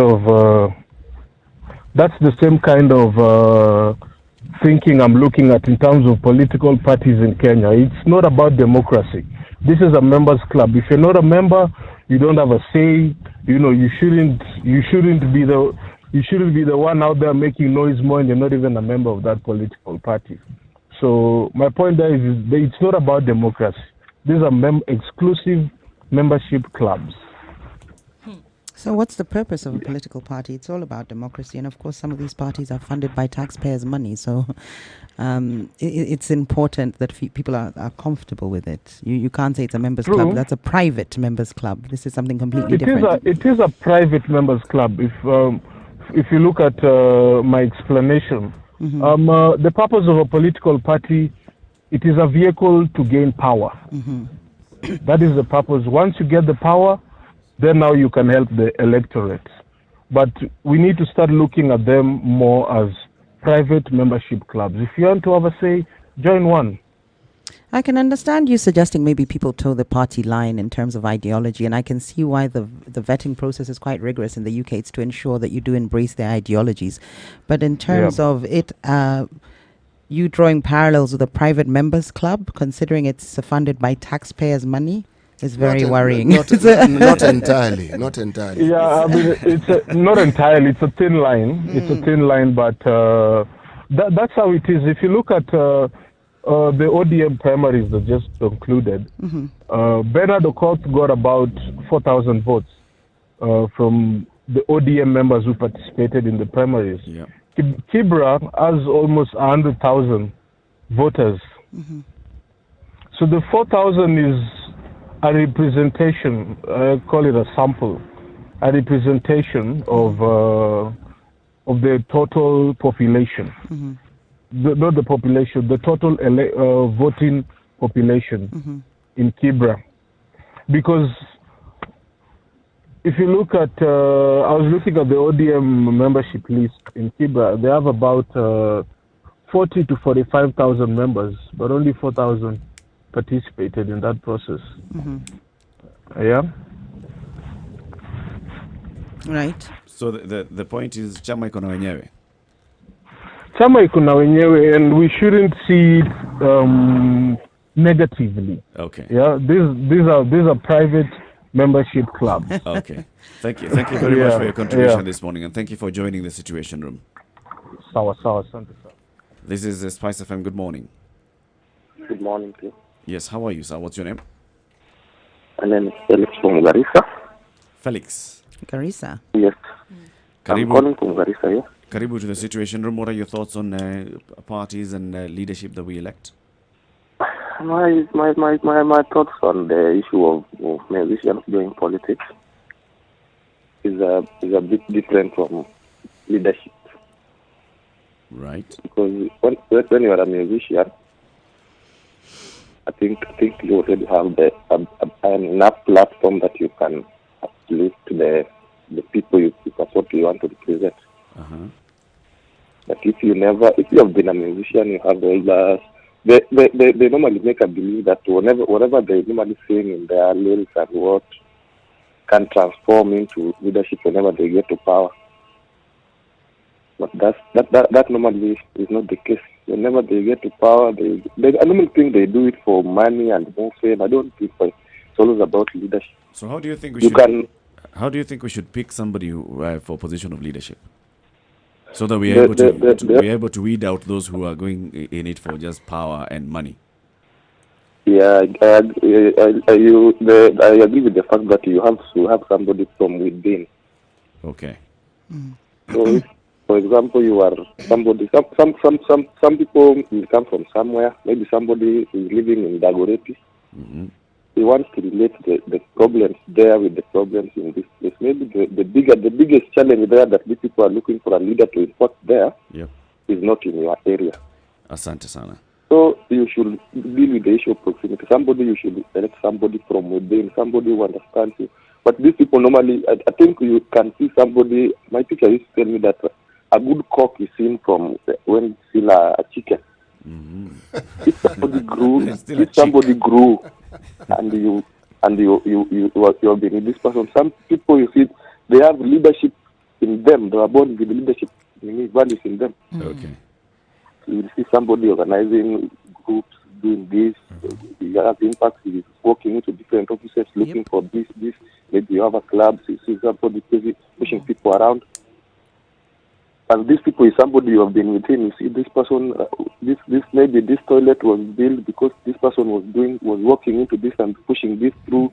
Then one time when this person says that now I want to champion your views from top there, then you can now say that no, this person has been doing this 1, 2, 3, 4. Not because somebody was a musician, was in radio, was in what, and this person has never even done anything for the community. Yeah, and that's what we're saying. Exactly. That there needs to be some kind of history that they're coming up with, Mm-hmm. which you don't need a political you love platform some for you to prove that you're a leader. You can be a leader can be a wherever leader. you are. Or that you're interested in the development of the people. You don't have Absolutely. to have that platform to do that. Agreed. Asante sana for calling in from Garissa this morning, and we wish you a good day. Thanks to all of you. Thank you. 0719-012-600. That's 0719-012-600. Our telephone lines and conversation continues this morning. This is Kenya's biggest conversation, the Situation Room, right here on Spice FM. We're picking in more calls this morning. Good morning. This is Spice FM. Good morning. Hello. Good morning. What's your name, sir, and where are you calling from? I'm James calling from Nyamira. Yes, James. What are your thoughts on parties, leadership, and elections? I can say Mariga, for example, is a leader. Mm-hmm. But you see, Mariga is entering the other side of leadership, failing Kenyans. And if we could have agreed to be a leader in the field of football, for example, youth know Mariga from the grassroots to the higher level where he is. Yeah.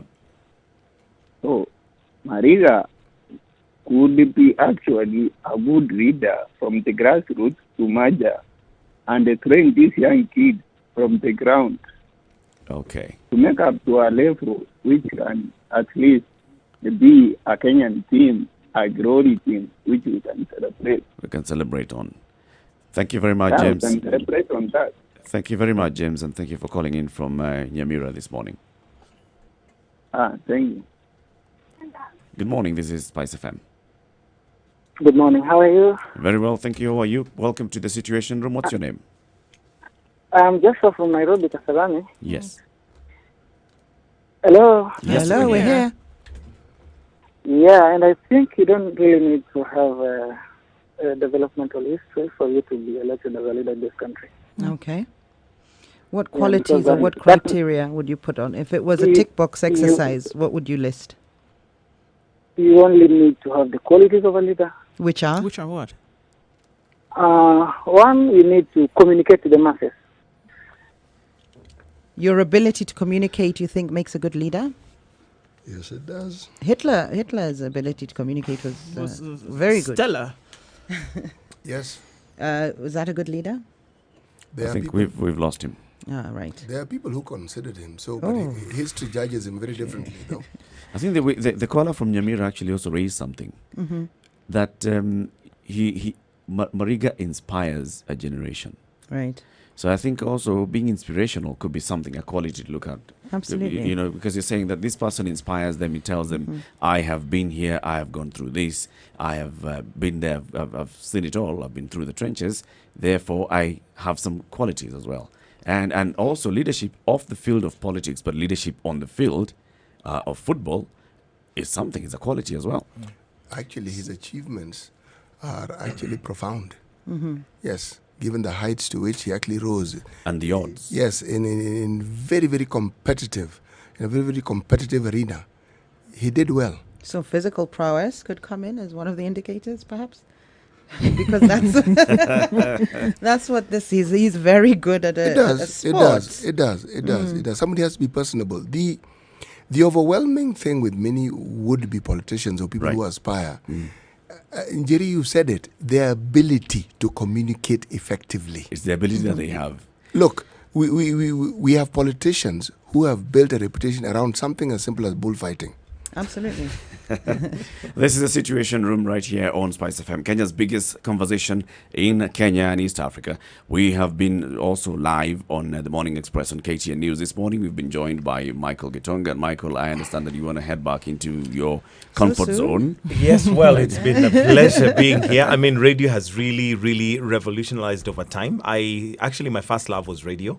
But even just the setup here is very different from the radio station I worked in many years ago. But it's been a pleasure. So I need to go back to my comfort zone, to my fishbowl. But it's been a pleasure right here. But also maybe just to get your thoughts on the revolution of radio and where you see radio headed, given that now you're live on TV. This is the only, I heard you mention that it's the only... it's the first and the only 24-hour audiovisual radio station. Audiovisual, there you in go. the country. And yes, I'll answer that question on behalf of the others as well. Having been in radio for many years as well, I have seen the evolution of radio. We had the one radio station in the country. We started having vernacular radio stations that were going 24 hours. We had religious radio stations that were going on 24 hours, but there was still radio. And then we had a shift. So we started having radio going online, radio streaming, that you could actually now follow radio on your mobile phone or on your desktop when you're streaming live. Now you can actually watch radio as well. So the evolution of radio is something that is, for me, somebody who's a radio head, it's exciting. Because when you see radio is no longer radio, audio, it's actually 360. Absolutely. And I think with TV, to some extent, has lost a certain power it had by virtue of the fact that now we are on video on demand. Right. People watch when they want, but radio has maintained its power because just of how accessible it is. Right now, you could be in Muthaiga in somebody's room. You could be in Mathare at the same time. I mean, it just gives it a very huge dynamic and power there. So keep up the good work. Thank you very much for coming. And also, you can say goodbye to our listeners as you. Yes. Must I go? Can I stay? Yes, you No, can. Stay in the room. You can. Unfortunately, I'm sure my producer on the other side will want me on the other end. But thank you very much for hosting me here. And Spice FM should continue making it spicy, and definitely enjoyed myself. So do have yourselves a wonderful day. But for those of us who are going to be on KTN News, let's meet there as we continue with your health, which is coming up shortly. Asante sana. Asante sana, and thank you very much, Mike. We wish you all the best in the rest of the show. This is a Situation Room, Kenya's biggest conversation, not just big in Kenya, but big in East Africa. We are discussing political parties and leadership and how do we pick leaders? How do we actually identify a good leader? And we had a couple of issues that, were brought up even by our listeners, Ndu, because you're the one who really was pushing this. What other quality would you say is important to think of, Ndu? Well, I think we looked at we talked about definitely the proximity of an individual on the ground. We also talked about, a depth of awareness of the issues that are then pertinent to this particular community, and then the ability or the demonstration of the ability to actually do something about it. And this should or would have been evident by, initiatives that you put in place or even initiatives that you joined, really getting to know the pulse of a particular community and actually joining in, not necessarily pioneering it and doing something about it, but even joining in on the conversation to be heard or to be seen, to be interested or going along with what the particular status quo is. I think at this stage I'll bring out a few contentious ones. First of all, personal life and how they run it. Because if you can't run your own personal life, i.e. you're a drug addict and it's falling apart and it's a mess, how you expect it to then run a constituency. So I think that also falls into the ambit of the idea of integrity and is captured by our constitution. So look at somebody's personal life and you'll find intuitively the electorate does like somebody who is married and settled. It's an indicator as to maybe their outlook. Stability. It's stability in their value system. Now, the contentious one I was going to bring up is wealth. Believe it or not, it is one of the factors that people maybe subconsciously, I think, they won't mention it, but will subconsciously talk about or consider, rather, not talk about, consider when making a decision with regards to leaders. I remember one of the narratives that was going around when Uhuru was becoming president is that, of course, he personally won't steal because he comes from a very wealthy family. And that worked for him. And you'll find generally wealth is respected because, of course, we have extrinsic values where materialism is an indicator of success.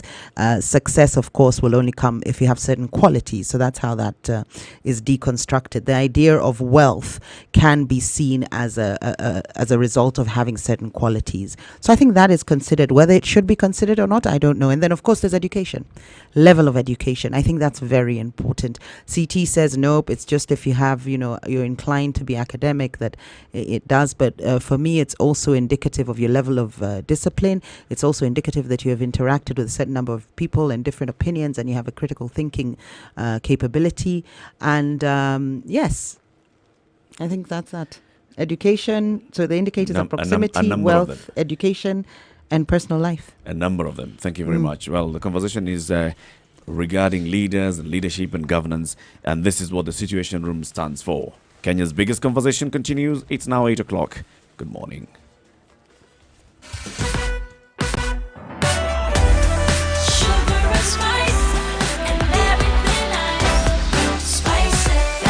Spice up your life. All right, definitely still issues along Mombasa Road because the old airport road yesterday was closed, and so everybody is being forced to use the main Mombasa Road, which I guess should be the situation.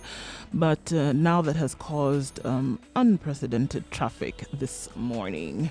All right, the second phase of the road, that is Prestige to Lelana, has been designed beautifully, and their pedestrian lanes and motorbike lanes and main road actually is having been built, and now we can actually see the result of all this work that has taken place, and you can see this from the comforts of the traffic jam. And that is what is still happening on Ngong Road. Thika Road still an issue this morning, as well as Wayaki Way inbound to town. We had that accident within the CBD that led to quite some traffic. There's crazy gridlock on the northern bypass. There is presence of the police, but doesn't seem to be helping because the traffic is not flowing. That's the situation on the roads right now. If you see something else that does change, give us a call. 0719 012 600.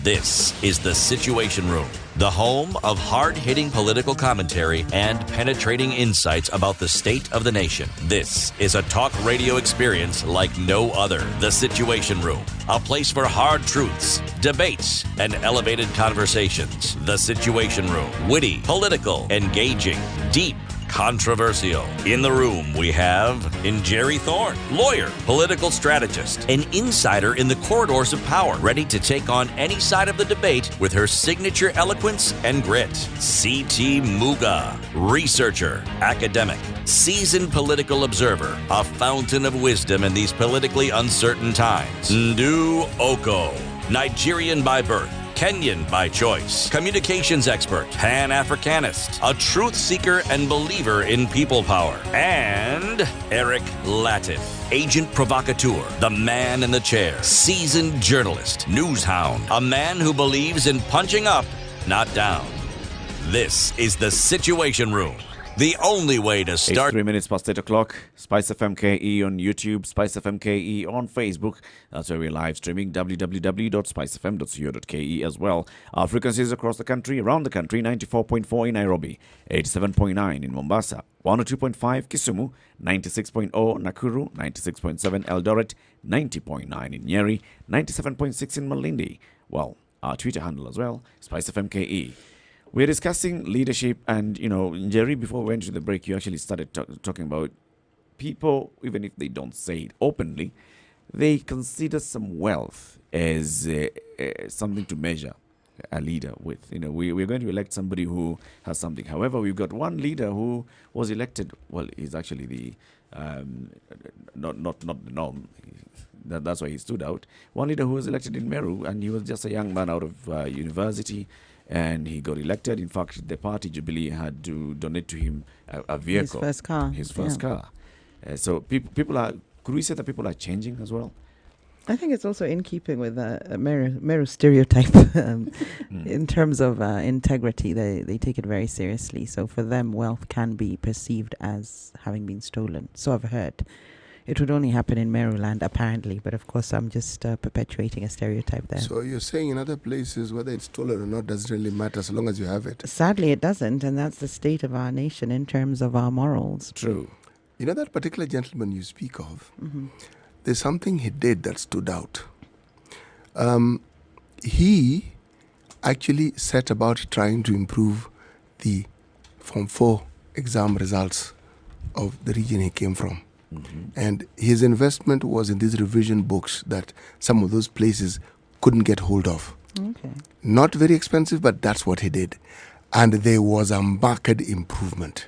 Market. I mean, it was noticeable. It was noticed that when this guy got involved in these things. So what I was saying earlier on, doing something that resonates now, he got it so right because anything that involves people's children, people respond positively. Mm-hmm.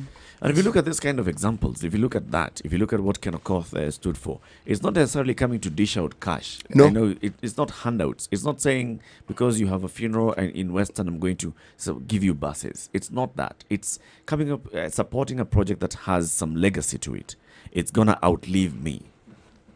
That matters. Now, going back to what you were saying about Nairobi the other. Well, you see, the point is, let's start from the point that I've made over and over again. And that is, the electorate are smarter than most people would imagine them to be. Questionable. Yes. So if it appears that you are not able to help them with any development that they consider useful, then they will look for every opportunity to get money off you. Every opportunity. Every. So the electorate there is therefore going for money as well. Yes. Part of the reason is because history has taught them that very many people whom they elect do not fulfill the mandate in any way. So let's get it up front. Let's get it here now. It's only 50 bob they're getting, or 200 bob. Yes, over a period of time it may actually amount to 300 bob. But the point is this. There are places where it's not even a question of 50 bob. You go village to village, home to home, and you actually give people money and say, I want to stand, this is my position. In fact, you come with a kilo of sugar. Yes, and this is what I've brought for you.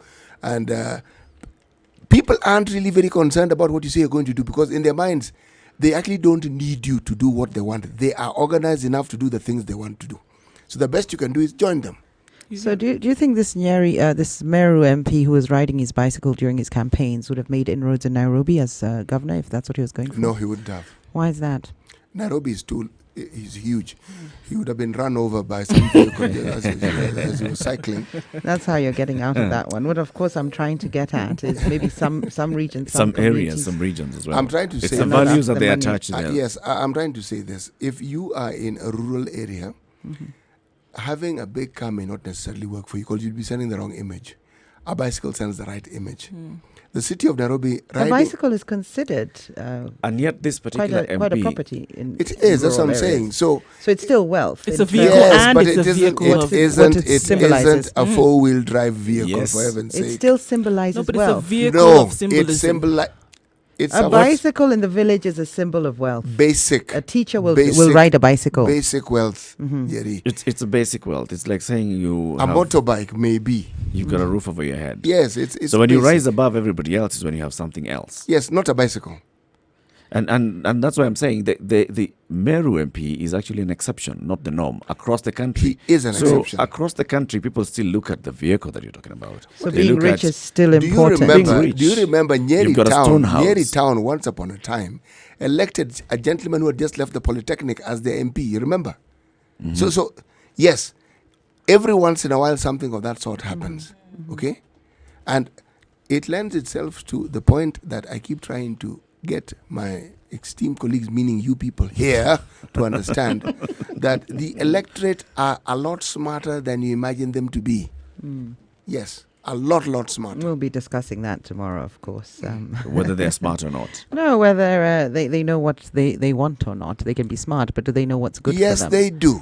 Yes, Let me they ask do. you something, CT. Why aren't children allowed to vote? Let's say children from age 14, which would fall under Gillick competent. They know the consequences of their actions. No, do they? From 14 to 18. So between those ages, why are they not allowed to vote? And it's generally acceptable. You don't have anybody trying to advocate for children's rights to vote. Occasionally, in some country, from 16, they try and push people to vote because 16-year-olds can work and pay tax.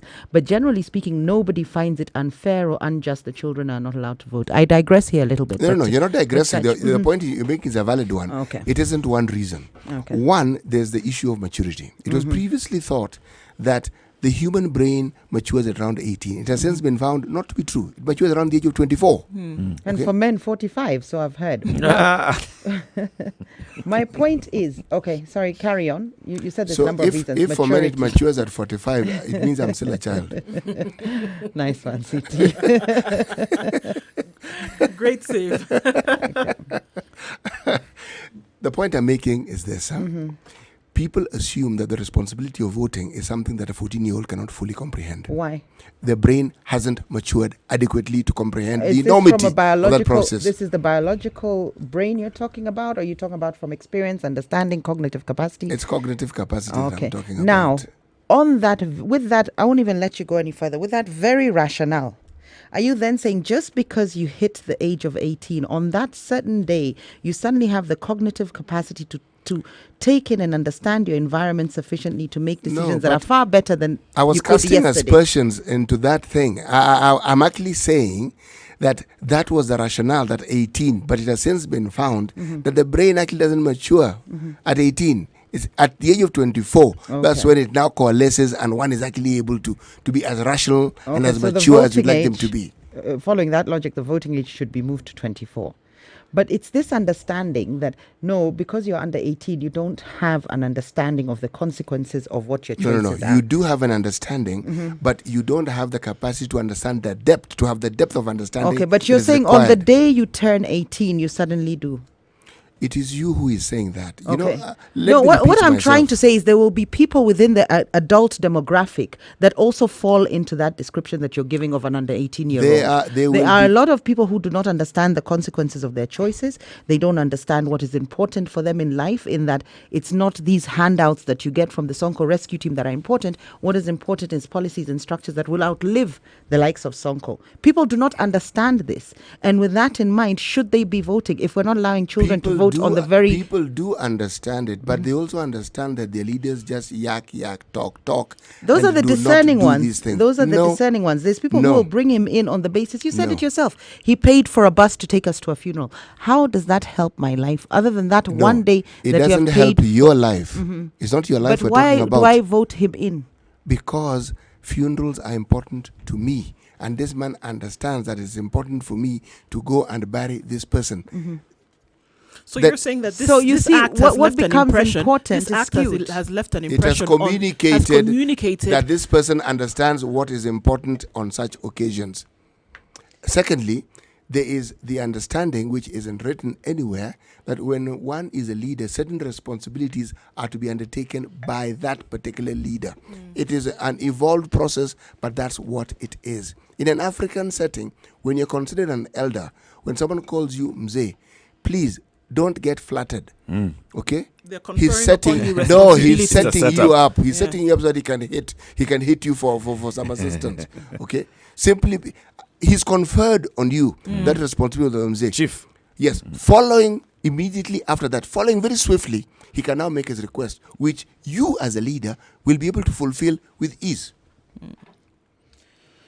So from where you're coming from, that we're very aware of what it is that we need, or rather, even people outside of this room, very aware of what we need.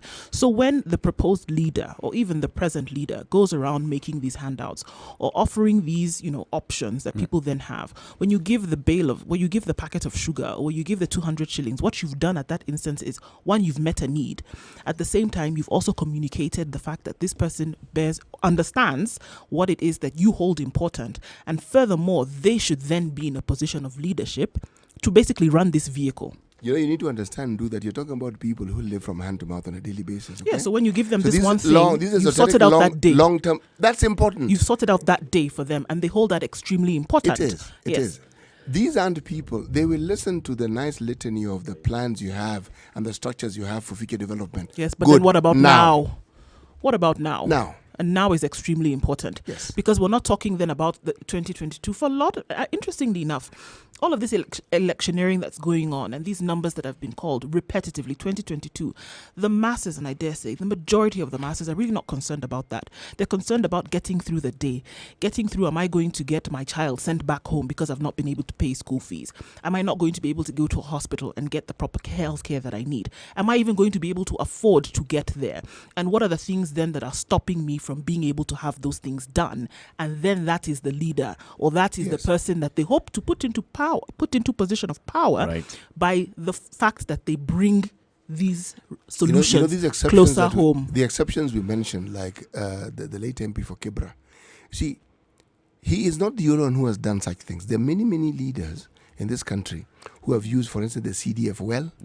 Whatever development funds they have within the county, they've used it. And it's not that people don't know. But remember, the long-term plans are for the community, not the individual. The handout is for the individual. Exactly. It is not for the community. So individual versus community. But the individuals make up the community. Yes. So this large picture that you have for building roads, they get it. Building schools, they get it. But what's in it today, what do you have for me? And so now what 0719-012-600. That's 0719-012-600. The conversation we're having this morning is the qualities of a good leader and how we identify the qualities of a good leader. I've got Kevin from Kirinyaga. Good morning, Kevin. Good morning, all of you. Good morning. So, I want to contribute to some of the indicators of a good leader. And one of it is a good leader must possess good communication skills. Now, if you are a good communicator, then it will create trust to your audience. It will create focus and attention because they will be ready to hear what are your thoughts. You need a good leader must possess good communication skills. For example, if you are not good, if you are not communicating well, if you are not eloquent in whatever you are talking in any language, then I would not be listening to you. You cannot kind of draw attention from me. So a good leader must possess good communication skills. He must be able to speak well to the masses. That's one. Another thing. A good leader must be radical, and in this case, a good leader must favor fundamental change. For example, in this case, I would point out to Governor Sonko.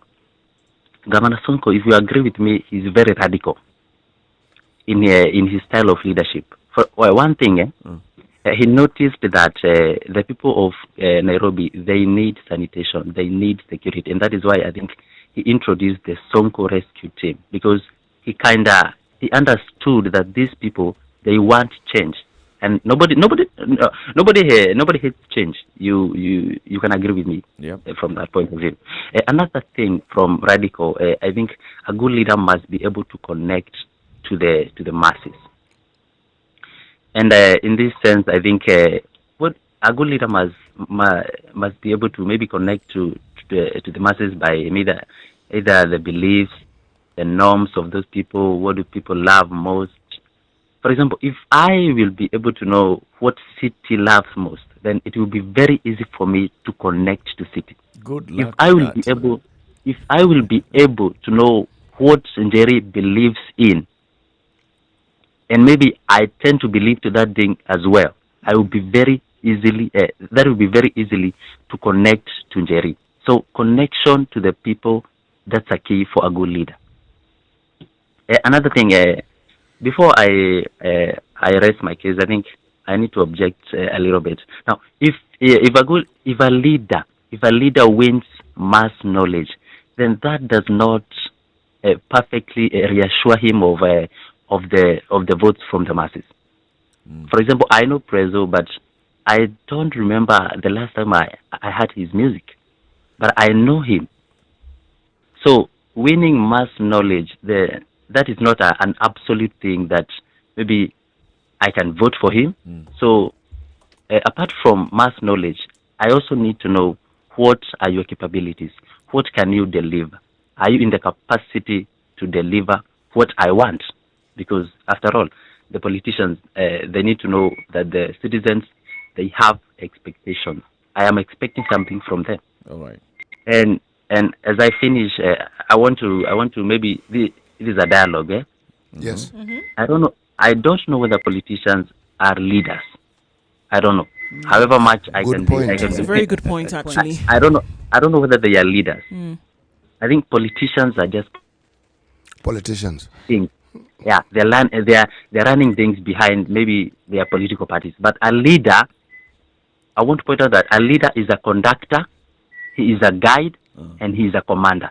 Thank you very much. Asante sana very much. Thank you very much, Kevin, calling in from Kirinyaga this morning. You know, qualities of a good leader. He's actually mentioned quite a number of them. And I wanted to ask him, some of them sounded like what Jerry calls populist. I think we need to get away from this word leader. It's very textbook and reminds me also of sort of these self-help books and that. It's utopian almost. Yes, let's talk about MP, or your local leader, MCA or MP. Let's contextualize it a little bit more, because when you say things like, he must have good communication skills, that's perfect in organizational culture in terms of maybe in a corporate. But just because a guy can't speak very good English, it doesn't mean that he won't be able to implement certain policies and interventions that would help a community, for disagree. instance. You see, if we talk about MP, MCA, you're being taken into a legislative assembly. What is the role of an MP, MCA in a legislative assembly? Articulating. So you've got to be a very good communicator when you go in there. It's one of the roles to articulate the issues, but what about actually going back and implementing some of the interventions that you come up with as solutions to the problem? That's the executive's role to implement. No. As an MP, if you've got CDF to spend, that is implementation. Which some people have actually said it should be removed from MPs because that's not their role. As things stand, it exists. It exists.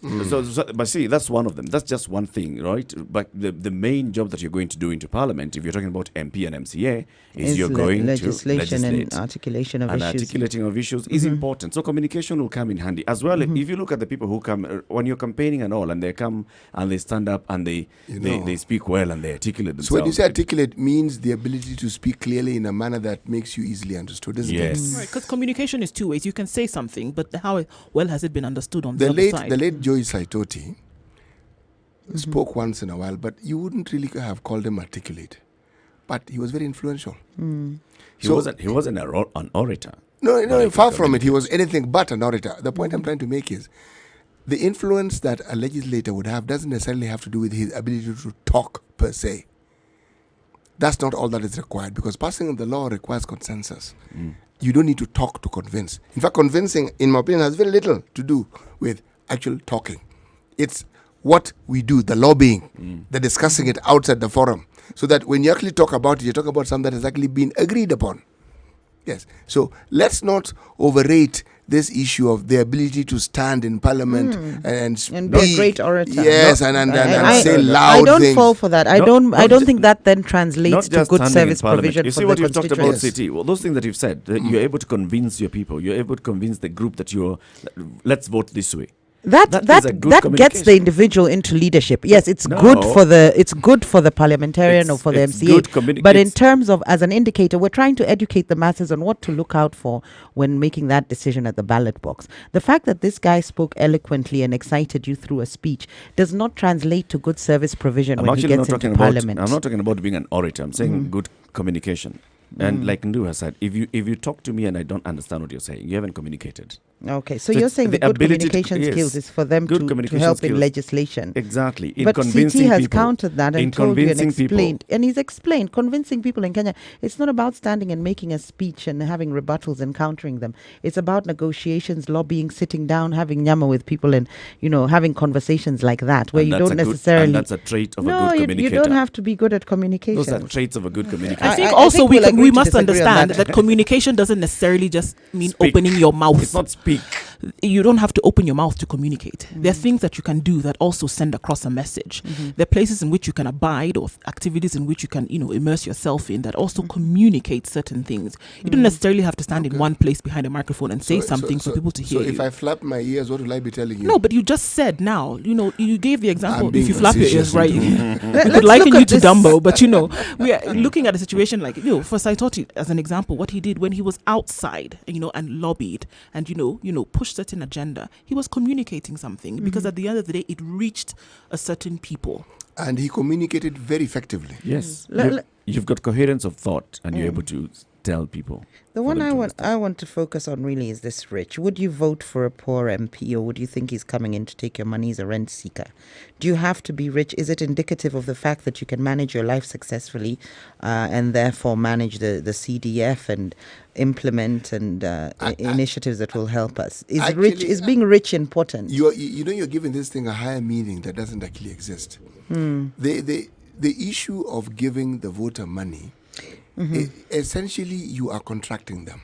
No, I'm not talking about giving the voter money. I'm talking about as an individual running for elective politics, so MCA or MP, let's say, at a local level. Is your wealth, should it be part of the criteria when voters are choosing you? No. For the sake of the voters, is it indicative of your ability to become successful, given success is pegged your ability to dish out money counts a great deal. Money can be given to you by the party. But also wealth doesn't necessarily come about because of your hard work or what you did. They're it's people have amassed wealth through very different ways, So are we then looking at your ability to then have amassed this wealth? Because if that is an indicator, then there are very many reasons. People went beyond that pale a long time ago. So people are happy to vote. They don't really consider where your money comes from. So that's what I'm saying. So it shouldn't be. Yeah. So it should not be an indicator. Should your wealth or your bank balance be part of the criteria? Actually, it also went beyond should. It is. It is. It is a criteria, but it should not be. I don't want you to go on this trajectory you keep going on because of your ability to dish out money. I want you to focus. I said it contributes. It contributes. I didn't say it's what gets you elected. You start off handicapped if you don't have resources. Because the resources makes your visibility more potent. You're able to travel, you're able to move, you're able to have people spread your agenda. The money is important. Now, in economies where the party has the means, the party does that for you. So it isn't a burden on you. Ours, the party gives you things. In this country, it is you who gives the party things. Jerry, you laugh. Yes, it is you who contribute to the party, and it is you who has to ensure that for the party to even consider you, that you have demonstrated to the party that you have the means. Now, sorry, CT, to interject, as usual, but we're now seemingly advising the leader. I want this conversation No, we're not advising the leader. We are, because we're saying you need this, you as a leader need this. I want this conversation to be around the fact that we are telling the electorate, because I still feel they're not informed enough, and I'll discuss that tomorrow in detail. We're telling the electorate, what are the indicators of a good leader? What should you be looking out for? We talked about proximity, and we discussed that around the areas of proximity to the electorate or to the voters in terms of space, having lived a similar life geographically as well, so that they come from the same place, have experienced the same things. We're trying to tell the electorate, being rich is also important. You don't want a poor leader because he'll come in and steal money. I've put that very basically. No, but the rich person will steal equally well because they'll want to recover whatever they spent during the election. 0719-012-600. I've got Joshua on the line. Joshua from Kasarani, good morning. Good morning. How are you guys? Hi. Fine, thank you, Joshua. And I'll be frank with all of you today. And I'll tell you the qualities of a leader in this country, leave alone other countries like the UK. Here, tuko Kenya, so the politics are a little bit different from the rest. Mm-hmm.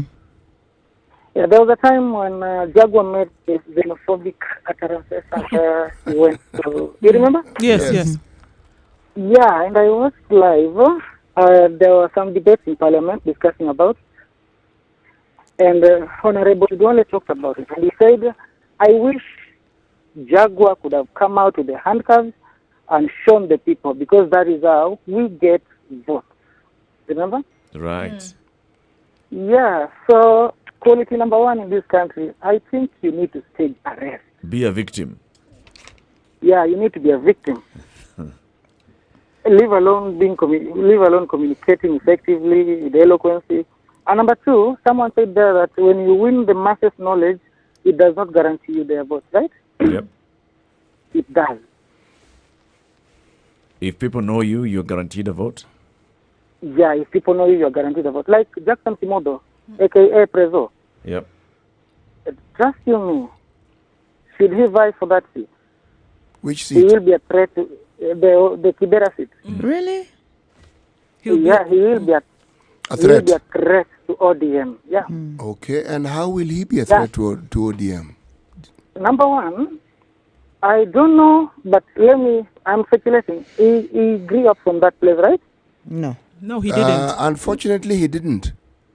Oh, he didn't. But for purposes of the discussion, let's say if he did. Or if he did, right? Yes, if he did, yes. Number one, to win elections in this country, you must speak the language of the people. Yes, Are we true. together? Yes. No, we're in agreement, Yeah. Joshua. Are you together? You have to speak the language of the people. Like, am I communicating to someone? Yes. Carry on. Can you Joshua. hear us? Yeah. And personal life is a non-issue. Personal life is a nothing to be non-issue. Now, the considered in this personal country. life, goes on to issues like wealth and things like that. And morality. Yeah. No, personal life is And marriage. Morality. I meant morality. Okay. When it came to morality, it's a non-issue in this country. Should And, it be? Now, the sadly- question we're asking is, should it be An considered? issue. Should voters consider it somebody's shouldn't. personal life and view it as maybe an indicator for stability when voting in It their shouldn't. leaders? It shouldn't. It shouldn't. It needn't be. It shouldn't. Look at Sonko. Mm-hmm. Look at Sonko. This is someone who has been in jail and he's performing, right? Mm. Yeah, he is performing. Number two, and sadly, in this country you have to dish out some cash for you to win any election. Yeah, sadly. So those are my thoughts, and I just wanted. I'm frank. That is what I think should be done. You're frank in terms of how you're putting across, or you're actually frank?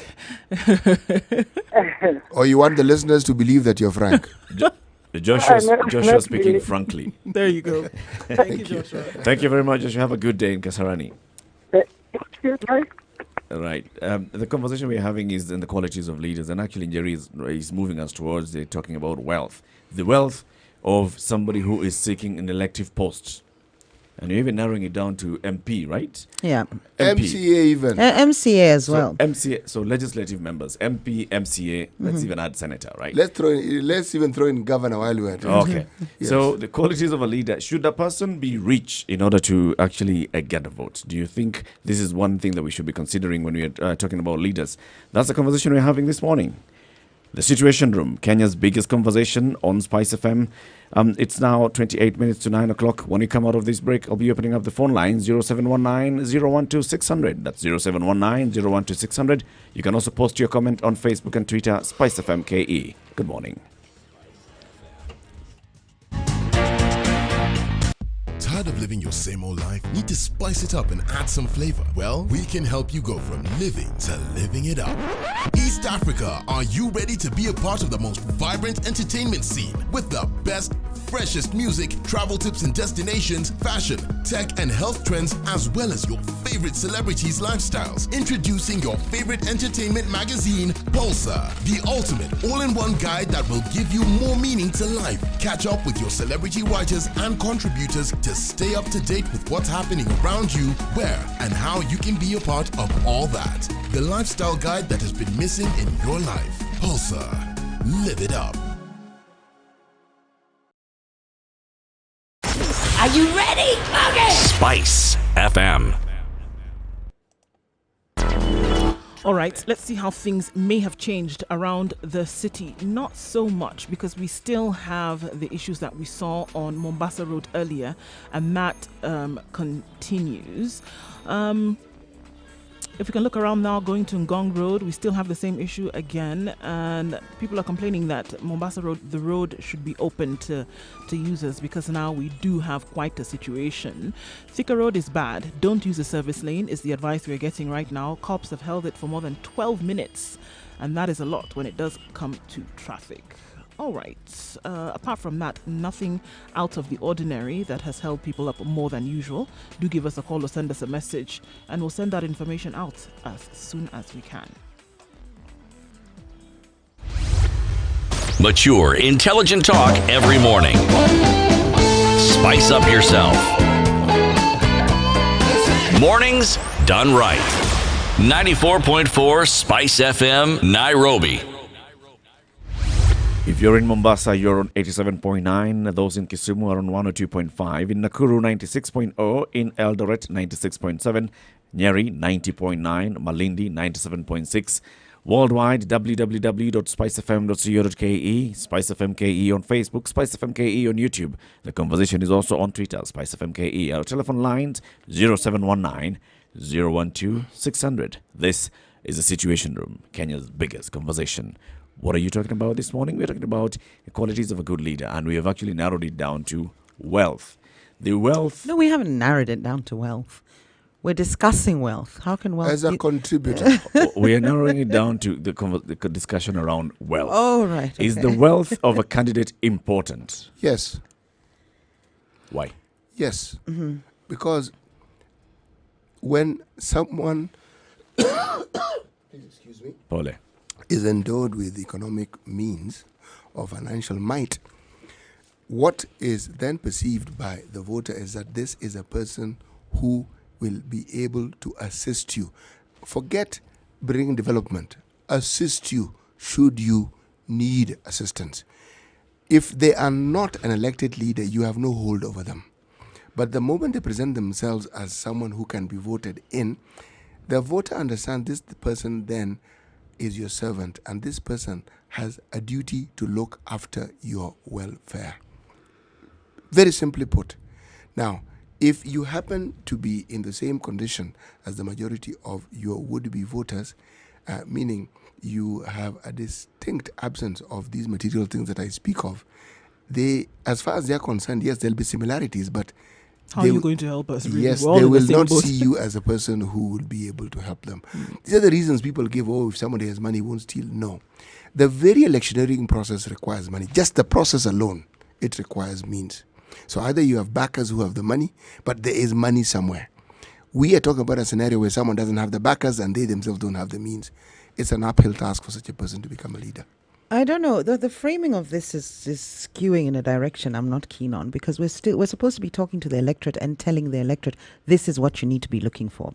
But you're now talking about a leader and his likelihood to make it into leadership if he does not have money, because the electorate will view them as one of them. Will view this leader as one of them. I've delved into a realm which that also I like that, because what it does is you highlight this idea that people know. When I say people don't know what they need. Because you've said it, the electorate, once they view you as one of them and without money, then they're not going to vote for you. Whereas you should come in whether with or without money if you're a good leader. But I didn't say an impossible task. Okay. Let's try and frame this from the voter's perspective. What does the voter need to look for? Forget what they are looking for. You want us to be prescriptive? Yes, because what we're doing right now is we're telling the leader almost, if you don't have money, you're not going to make it, because the voters think like this. It's not us telling them. Mm-hmm. It's not a question of us telling them. It's just a simple fact. I think what we're dealing with is the situation as is versus the situation where we would want to see it. A hypothetical proposition. Right. But in advancement of the betterment for the voters. For the betterment of the people. Right now, we keep talking about the politician. He won't make it if he doesn't have money. He won't make it if he doesn't have an education. What I want us to look at is, will do the voters need to look at whether this guy has an education or not? They do look voters at need it. to They consider do this look guy's at it. personal life? They Do do look voters at need it. to consider whether this guy was a drug addict or not? Should They that be do- a factor for the voters, yes or no? But they do look at these things. Mhm. The only thing that they don't question is the means by which you acquired your wealth. Mhm. But they look at these things. And at the end of the day, for most voters, those things are inconsequential. Should they be? Should they place more weight on those things? I'm not so sure. Forget what is happening So necessarily. you as a voter, Jerry, Mhm. what is it? What did you say? Should it matter? That's why I've listed these indicators. I've said proximity should matter. No, you no, have this, to live this where I've particular lived. one on wealth. On wealth? Yes. Should it matter or not? As a voter, because now you're talking about, let's tell the voter what they think. Let's start. We are voters, the four of us. Right, here. right. What do we think? Should wealth matter? Absolutely. I think wealth matters because for me, it's indicative of how you've run your life, because that is, material acquisition is the trajectory we're on in terms of success. Mm-hmm. So yes, wealth does matter in terms of who I vote in, whether they've acquired wealth, so whether they've been successful in other aspects of their lives. And also so that I know they're not salary seeking. They're not coming to look for a salary per se because they have money. They're not coming to look for ways to siphon funds from the CDF, for instance. Does it matter how they acquired their wealth? That would matter, and that falls under personal life. So yes, it matters. Wealth matters, but also how they acquired their wealth matters. So if they have wealth, it will be inspirational, yes, and it will also teach or show me or be indicative of the fact that they're not coming to take money. They're not rent seekers. This is somebody maybe coming to make a change and has ambitions to go into parliament so that they can change the environment in which I live in, for instance, as opposed to them coming to look for a salary. Then So yes. For me, I think wealth does weigh in. If I was to give it a percentage as a parameter, I would say maybe 10%. With education, maybe being 50 to 60%. Personal life, maybe being 10%. So these are the weights I would place on these different parameters. So as a voter. Looking at it, I see it this way. So somebody has succeeded in life. Mhm. So by success in Kenya, we measure success by wealth. I think globally, that's how we've been measuring success. Yes, globally. One of the Mhm. indicators of success is wealth. Mhm. So if you've succeeded in life, then you stand in a position where you can lead me towards success in my own life as well. Or conversely, if you haven't succeeded, and you haven't i.e. you succeeded, don't have the wealth, you can really show me then what are you going to do? what you've done. Yeah. And we had a caller here saying, if you've not even been a chairman of a monada somewhere, really, what kind of leadership qualities are you exhibiting? So if you've succeeded in life, yes, and therefore wealth comes in. But then beyond that wealth is how you acquired the wealth, which brings in the issue that is actually of critical importance to me, the integrity of the person. And that's why I've weighted these parameters so that it can counter that. That's why when I talk about personal life, integrity comes into it. When I talk about previous experiences, so that it counters the wealth aspect. I've given wealth just 10% in my framework. I said personal life, I think I gave 20 to 30% because I want to give leeway for, somebody have messed up a little bit of divorce here or there. Yeah. That So sort of integrity thing. for me, well, if going through divorce does not really necessarily affect your In integrity. terms of morals. In terms what- of morals and in what that I they're think of. underpinned by the Bible, I think in Kenya The it only does. time it would affect you is if you're a woman. Men, it doesn't touch them. Water off a duck's back, it doesn't touch them. Really? And for me as a I voter, think if a woman has left her husband, it doesn't paint him in a good light. so see, I was giving my thoughts Socially. as a voter. Yes. So for me as a voter, Mhm. integrity, divorced or not divorced, married or not married, is not part of the integrity. So integrity and looking at what you have, the journey that you've used to get to that successful point matters a lot. If you've not stolen, if you've clearly not demonstrated that, well, you got here through ill-gotten wealth, fine. If you show that you have leadership qualities in the community, fine. And that is very, very important. In fact, for me, that I'd give it a 60% because that shows that you are somebody whom I can trust. Even if you don't have wealth, a lot of wealth, but you've shown me that you've succeeded in other aspects of life Such as? without showing. What are other indicators of success in life? For example, you've been chairman of a monada, of our local cattle. So your experience, your previous Yes, experience, you've you got some- consider yes, a success. And you led that cattle dip committee with integrity. Or you're the chairman of the board of a local school. Or the chairman of the board of a local school, exactly. So you've exhibited some sense of leadership and integrity in it. Then I'd say, yes, you stand a chance of getting there and not necessarily going to steal, but you have some values that you're taking to that position that I'm electing you to. Okay. Education, do. What's your take? You think we guys, because you came in with this, like, what is Jackso or Prezzo doing here? This guy's hardly educated. Well, I didn't say that he's hardly educated. I didn't say that, looking at the point that I asked on what platform, even with the platform that he has, what is it that he has done, for example, to then convince people who eventually he's going to help run the machine of the particular communities, for example. On what platform has he shown that he is suitable for? You must have been involved at some point in one way or another. Have you used your music, for example, this celebrity status that music has helped you to aspire to? Have you used that music as a platform to, send particular messages? Because we have examples of the world, we're replete with examples the world over who have used their music in a political way, for example, to spread messages, to send out particular bits of communication. Has he done that? I don't see that. I mean, we could list his songs and maybe even play them, and we don't see messages that he sent out, for example, not even using that platform that has allowed him to ascend to celebrity status. We don't see a situation whereby it has been very clear that the development of the people, the moving a certain area in a forward trajectory has actually come out. He has never laid claim to something like this. We can't just have anybody jumping out of the woodwork because they are a celebrity coming out to say, I want to be a politician in the future. Why? But he has to start somewhere. I mean, yes, he should go and start somewhere. That's what I'm saying. But that's what he did. but that's what he's doing. He's starting in a political. He's starting at the top. He's starting at the top. Yes. You must build. What about this question of education? Do you think somebody's level of education is important when it comes to being an MP or an MCA? Because it's stipulated in the Constitution for something like a governor. So there must be a reason and a rationale behind it. So why do we stop at governor? Why, when you get to the lower levels, when I say lower levels in terms of we get more localized, the stipulation and the criteria in terms of education is reduced? Why are we reducing that threshold? Do we need less leadership? We need less. Cooks in the kitchen. The way I understand it is the positions of executive. You've said give it that higher education threshold because it's executive role.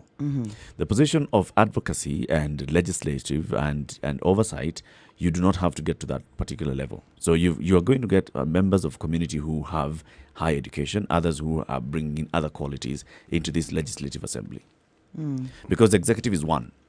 But you see, in an assembly, you are more than one. So you'll have somebody, yes, who comes in who has these qualities, these other qualities. So you've got a diverse mix of qualities that come in. I think does MP stipulate that you need to have a degree, at least a university degree? They started off that way. They started off and then it was scrapped. Yeah. It changed. Sorry. Why was it scrabbed? Could we find it out? Because of that. The general population it was going to had not met the threshold. Because we, the people, decided that no, we must not have. Yeah, it can be argued to be undemocratic actually if you're cutting people out based on the level of education, and of course it could be due to lack of opportunity, perhaps not choice, and so on. So if the people want somebody educated or not, you've got to give them that. This thing about a degree, it presupposes that someone with a degree will have adequate exposure. Not necessarily. What else can we use? Because we've got to work from some sort of framework. We can't just have it all out there. There's got to be a benchmark that we create. And it can't be academic only. No, I'm not saying it's academic only, but I'm saying academia is a very good indicator, considering the structures in the world that we live in and the sort of, you're born, you go into education, and then you go out there and try and make it and acquire wealth. The current parliament we have is by far one of the most educated parliaments we've ever had in this country. Most educated. Most, if you look at the people who are there, the qualifications or what have you. But if you look at their performance, if we were to rate them and how it is the decision-making process within Parliament has helped the common man, someone may ask the question, why don't we look at how the decision-making has harmed the common man as opposed to helped? So these are educated people. And people voted them in with the belief that when someone has a certain level of education beyond or within the realms of, say, of a first degree, they ought to understand certain things. And probably they do. But the process of ensuring that this is actually put into action, we've been seeing things which are very contrary. This is true. And actually, I think that is actually something. Integrity. This is something that we can use to actually say, where should we go? If we look at how it has been and see how it has actually harmed us, this now is what should help us pick the opposite to say, this is then what we should be looking for. Most times we talk about how it should be. And if you look at also in development circles, they also say, how has it been? You look at the history of how has it been. Can we then use this to set marks for the future and say that this direction in which we went previously is clearly not the direction we want to go in the future? Can we then use that as benchmarks to form the framework for which we will choose for the future? You know, one of the things which is very interesting, I'm speaking anecdotally here, is we didn't say something like the police force. Once upon a time, having a degree was an impediment. You'd start off at the level of inspector and you'd stay there. Because literally every other person who was your boss had not gone to university. Right. So it didn't actually work in your favor. With time, that has changed. And part of the reason is because university education is always considered to be elitist. Yes. And unfortunately, in this country, people who have that sort of education behave elitist. That is the other problem. They don't have the common touch. If people with that level of education had the common touch, people would extol it, and it would be the one virtue that people actually look for when they want to elect you. But the opposite has happened. What if we're to say the system of democracy we have is elitist in itself, and so you need to be elitist to be at the top? Our system of election is elitist. How is it, Jerry? The idea that you go into parliament and debate things out, so you need, as you say, oratory skills and so on. That in itself is selective and elitist to a certain extent. The fact that there's legislation which is complex and not the layman doesn't understand, that itself could be described as elitist. I mean, it's just a very far-reaching notion. Do you remember this book by Chinua Achebe, a very famous one, Things Fall Apart? Okay. The character in that particular book, the starring, Okonkwo. Yes. He achieved fame by personal, individual achievement. Personal. And he got to a point where he was one of the leaders of his community. Okay? Personal achievement. Now, at what point is it elitist? He became an elite by pulling himself up by his bootstraps. Personal struggle. Yes, but he was an elite because not everybody had what Okonkwo had. And was recognized. So, again, with education, that's the tool people nowadays have because it's what's supposed to open doors for you. Yes. So, at what point is it just a tool that one acquires to ensure that their lives are better? And at what point does it have this negative tag of being elitist? And that's why I think when we're doing this, these parameters on the indicators, this is for the electorate or to advise the electorate, as if we were advising the electorate, we can put different weights on the different parameters. So that we say education is only 40% as opposed to, I would put it maybe at 60%. But if we were to do a proper sheet where it's a tick box exercise and we're advising the electorate, this is what you look for. We've said proximity, we've talked about wealth, we're now looking at an individual's education. What role does it play? If we're to devise a formula, let's say we were to make this formulaic and devise a formula telling the electorate, this is how you vote. You look at the guy's proximity, this is what you need to consider when voting. Not this is how you vote. That's dictatorial. This is what you need to consider when you want to vote. Yes, but would you say education should feature in there at all? But it does. There are bodies in this country, generally and loosely referred to as NGOs, who do this year in, year out. They educate the public, and many of them do a really good job. They actually do tell the public, they educate them and tell them, this is what you need to look at, this is what you need to do, this is how you need to go about it. But let me go back to what I've been saying, and I'm going to continue saying. The electorate have a very clear idea of what they want. You can educate them all you want and say all you want. In fact, they will attend your meetings and the question they will ask is, are they giving you anything? But is what they want the best for them? Do they know whether it's the best for them? Are you saying that this grown-up adults do not It's the know? same way we can want pizza or you can want chocolate. It doesn't mean it's good for you. Do they know what's good for them? Do they? I know that sounds dictatorial, but do they know what's good for them? And this goes back to the idea of not letting children vote because they don't understand. You said they don't have the maturity to understand the consequences of their actions. No, I said they do not have a broad enough perspective. Not that they don't understand. They do. Even a 2-year-old understands. They know. They know what's right, what's wrong. Yes, they understand. But there's a certain capacity to have a really broad understanding. That goes hand in hand with the development of your brain, your cognitive capacity. It goes hand in hand. And that only time and experience allows that to happen. Jerry is trying to get us Jerry's trying to get us to have a list of like 5 things, and we rate them with percentages up to 100. Yeah, so that it's formulaic. And it's formulaic, and so that way we prescribe to people how they should vote, and because they don't know what's good for them. She's really pushing the issue of education. So education should have the larger percentage in this. Okay, what sort of education? Items. What kind of education are we talking about? That's the question. Jerry. I think you should have reached university level. So if i.e. a first degree. So if you haven't reached university level, then a first degree. I'm not saying you don't. That's why we're putting weight on these parameters. So you're saying one of the things. So there that will we be people who, because they're so good, in their personal life, it outweighs that need for the education. If you look at how my formula works, which we will have. I'm formulating the formula. Would you say the famous Bill Gates is a leader? He reached university. You see, Jerry has not said graduated from university. He didn't complete. No. You must complete. You must have a degree. Jerry did not say graduate. No, you must have a first degree. All right. You must have a first degree. The fact that it's stipulated in higher and as a governor you need a degree.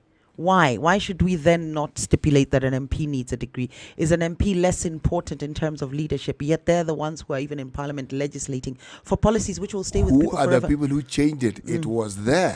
Who changed it? The very same MPs. Well, yes, the MPs changed it. It doesn't mean that's what's best for the people. Because they were uneducated, that's why they changed it. Please remember that out of the number of MPs that we have, right? Out of the 290 constituencies, how many have not elected somebody who has a first degree? Maybe we should start from there. That's interesting. How many have not elected? Many of them you'll find, I'm sure more than 50%, have somebody who's got a first degree. Has it worked? Has it not worked?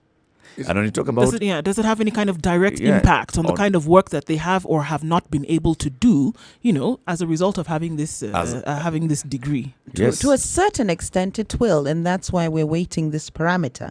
But there'll be other indicators, i.e. personal life. So how are you running your personal life, which is what I want us to get onto. The level of education, let's say if we're talking about a legislative assembly, level of education will matter in terms of, if you look at this person, are they able to actually read a bill? Do they understand the formulation of a bill? Can they it's actually complex, formulate a bill? absolutely, The whole thing. So one aspect, one arm or one small group of people could actually be there for that. And then there are those others who understand the way you guys keep talking about, people who have the pulse on the ground. For whatever other reason, they actually know, no, this does not make sense to the people, or this will not take us in the right direction, because I've got other qualities that give me that wisdom to see this. If we legislate and set up a law like this, it will not help the people, or this will help the people, take them in the right direction. So now I have said it. Now you guys who are also members of the same assembly, CT, and so, who are well educated, can you make sure that is captured in the language of the law? Eric, let me give an example of a situation where, as you're saying, interpreting what should be done. There are people who, when they're given the CDF or development money for the counties, will allocate it in the wards, isn't it? And there'll be projects, and the money is given for the projects. There are people who will look at the demographics of the clans and decide which clan gets what. Yes, you divide it. It's a question of let each clan get their money and then let them do what they need to do with it in terms of development as they see fit. Now, that doesn't require university education to determine. And chances are, people use a formula which they think will work for them.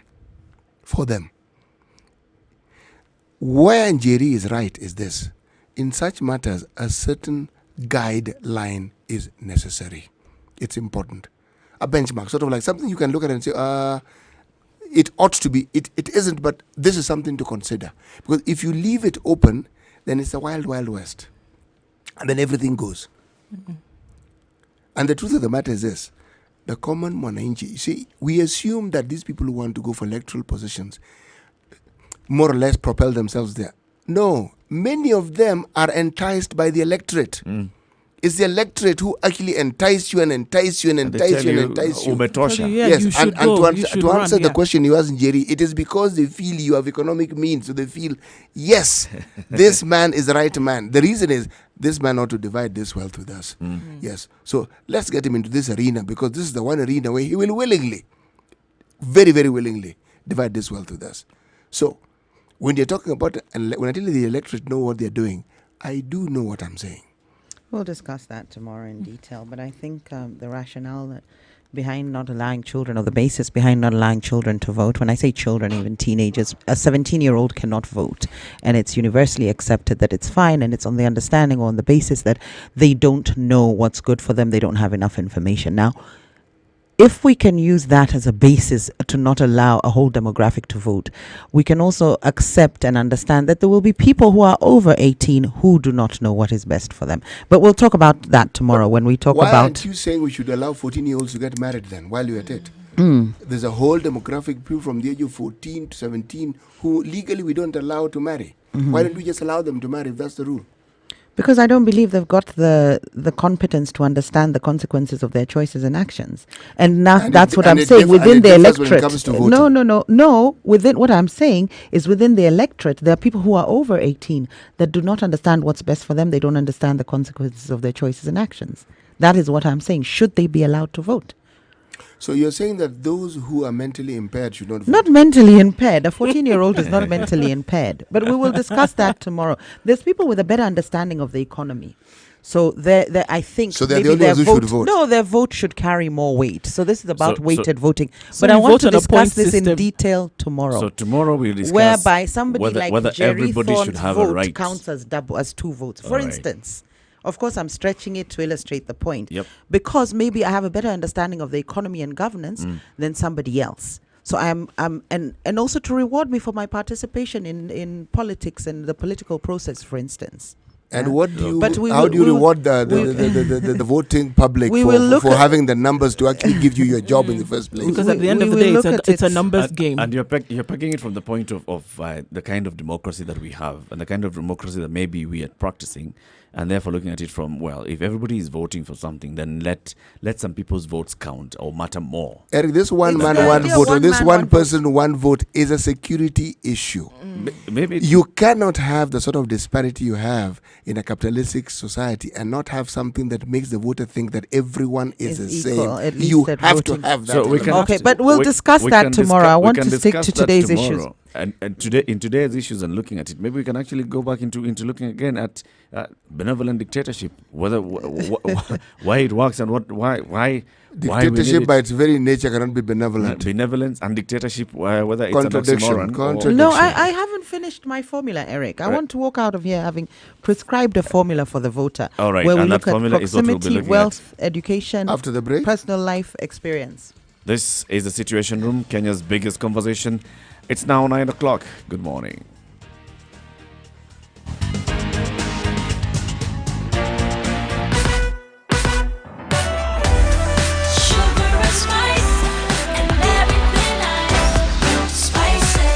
Ngong Road has been under construction for the last 4 years, and people are not happy because surely this should have been sorted out by now, because at the hour of 9 o'clock we still have crazy traffic on that road. All right, same issue seems to be the case on Langata Road, because it's just pure madness this week. What is going on? Can somebody tell us? Questions are being asked about how Mombasa Road is looking inbound. Unfortunately, Mombasa Road going in and out is an issue this morning, and it continues to be an issue because one of the service roads was closed yesterday. In case you're wondering, that is the reason.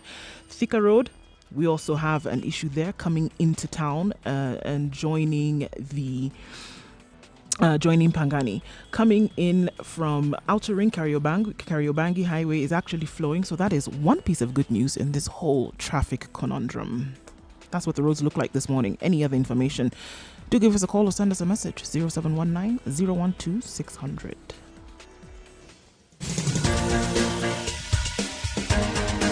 This is The Situation Room, the home of hard-hitting political commentary and penetrating insights about the state of the nation. This is a talk radio experience like no other. The Situation Room, a place for hard truths, debates, and elevated conversations. The Situation Room, witty, political, engaging, deep, controversial. In the room, we have Jerry Thorne, lawyer, political strategist, an insider in the corridors of power, ready to take on any side of the debate with her signature eloquence and grit. C.T. Muga, researcher, academic, seasoned political observer, a fountain of wisdom in these politically uncertain times. Ndu Oko, Nigerian by birth, Kenyan by choice, communications expert, Pan-Africanist, a truth seeker and believer in people power, and Eric Latif, agent provocateur, the man in the chair, seasoned journalist, news hound, a man who believes in punching up,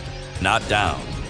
This is the Situation Room, the only way to start your day. And it's 3 minutes past 9 o'clock. Good morning, Nairobi, 94.4. 87.9 in Mombasa, 102.5 in Kisumu, 96.0 in Nakuru, 96.7 in Eldoret, 90.9 Nyeri, 97.6 Malindi. We are streaming live on Facebook, Spice FM KE, on YouTube, Spice FM KE. The conversation is also happening on Twitter, Spice FM KE, and also we are streaming live on www.spicefm.co.ke. We've been discussing the tenets of a good leader and trying to come up with a formula as guided by Njeri. But also she's having an issue here because she's coming. I think you're struggling with narrowing down to a number of items, less than 10. So the list is not long, so that we can have 100% that does not have 10, 10, 10, 10, 10. I've got the list, and I've even got the sort of value to each parameter. So we've got proximity. We discussed that, and that's the idea of how connected is this person, both geographically and have they lived in that community? So you Do just they call understand it what is it? Mtuetu. Yes, what is the connection? Let's call it proximity. I've put 50% or 50 points. If we're doing this out of 100 points, 50 points should go to that if we're doing a formula. Wealth, how rich is this person? How comfortable are they? Are they successful in their personal lives? I've put 10%. Education, what level of education have they reached? Have they attained a degree? 20%. Personal life, which also includes previous experience, but personal life, I would say, is marriage. Are they church going? So their morals, are they morally upstanding? Are they a good citizen? I've put at 20%. So you could actually come up with a formula on how to choose a good member of parliament, given those parameters and the weight that I've put on each one. Isn't this what is unspoken actually in what's happening currently?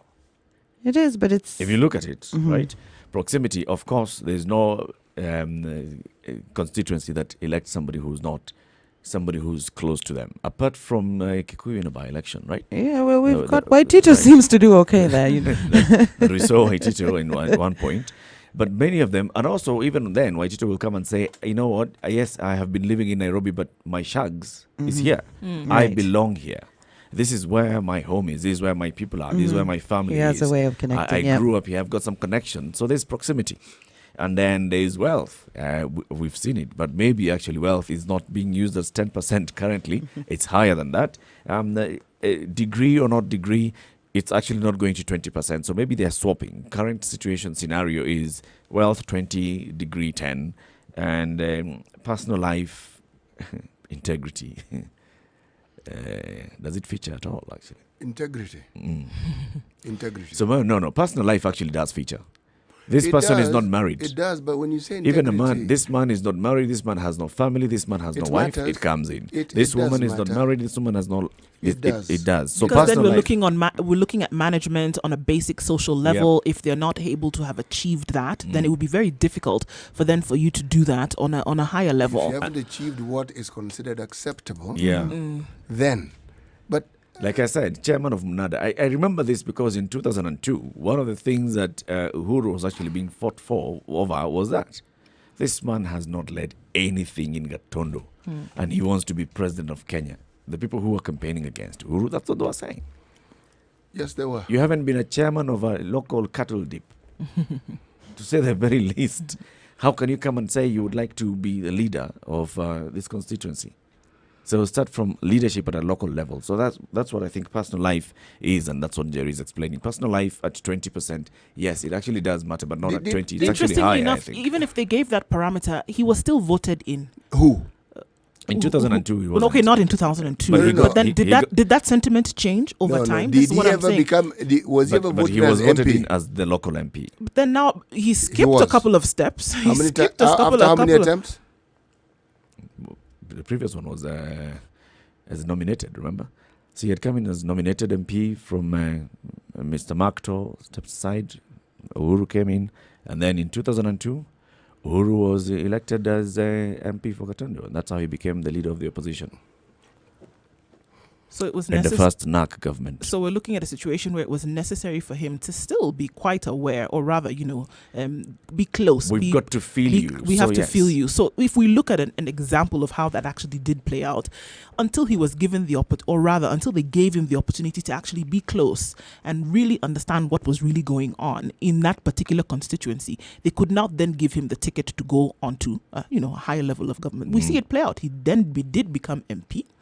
And then, at some point, he was a minister. And then, from there, we look at the situation, then he's the president of the country.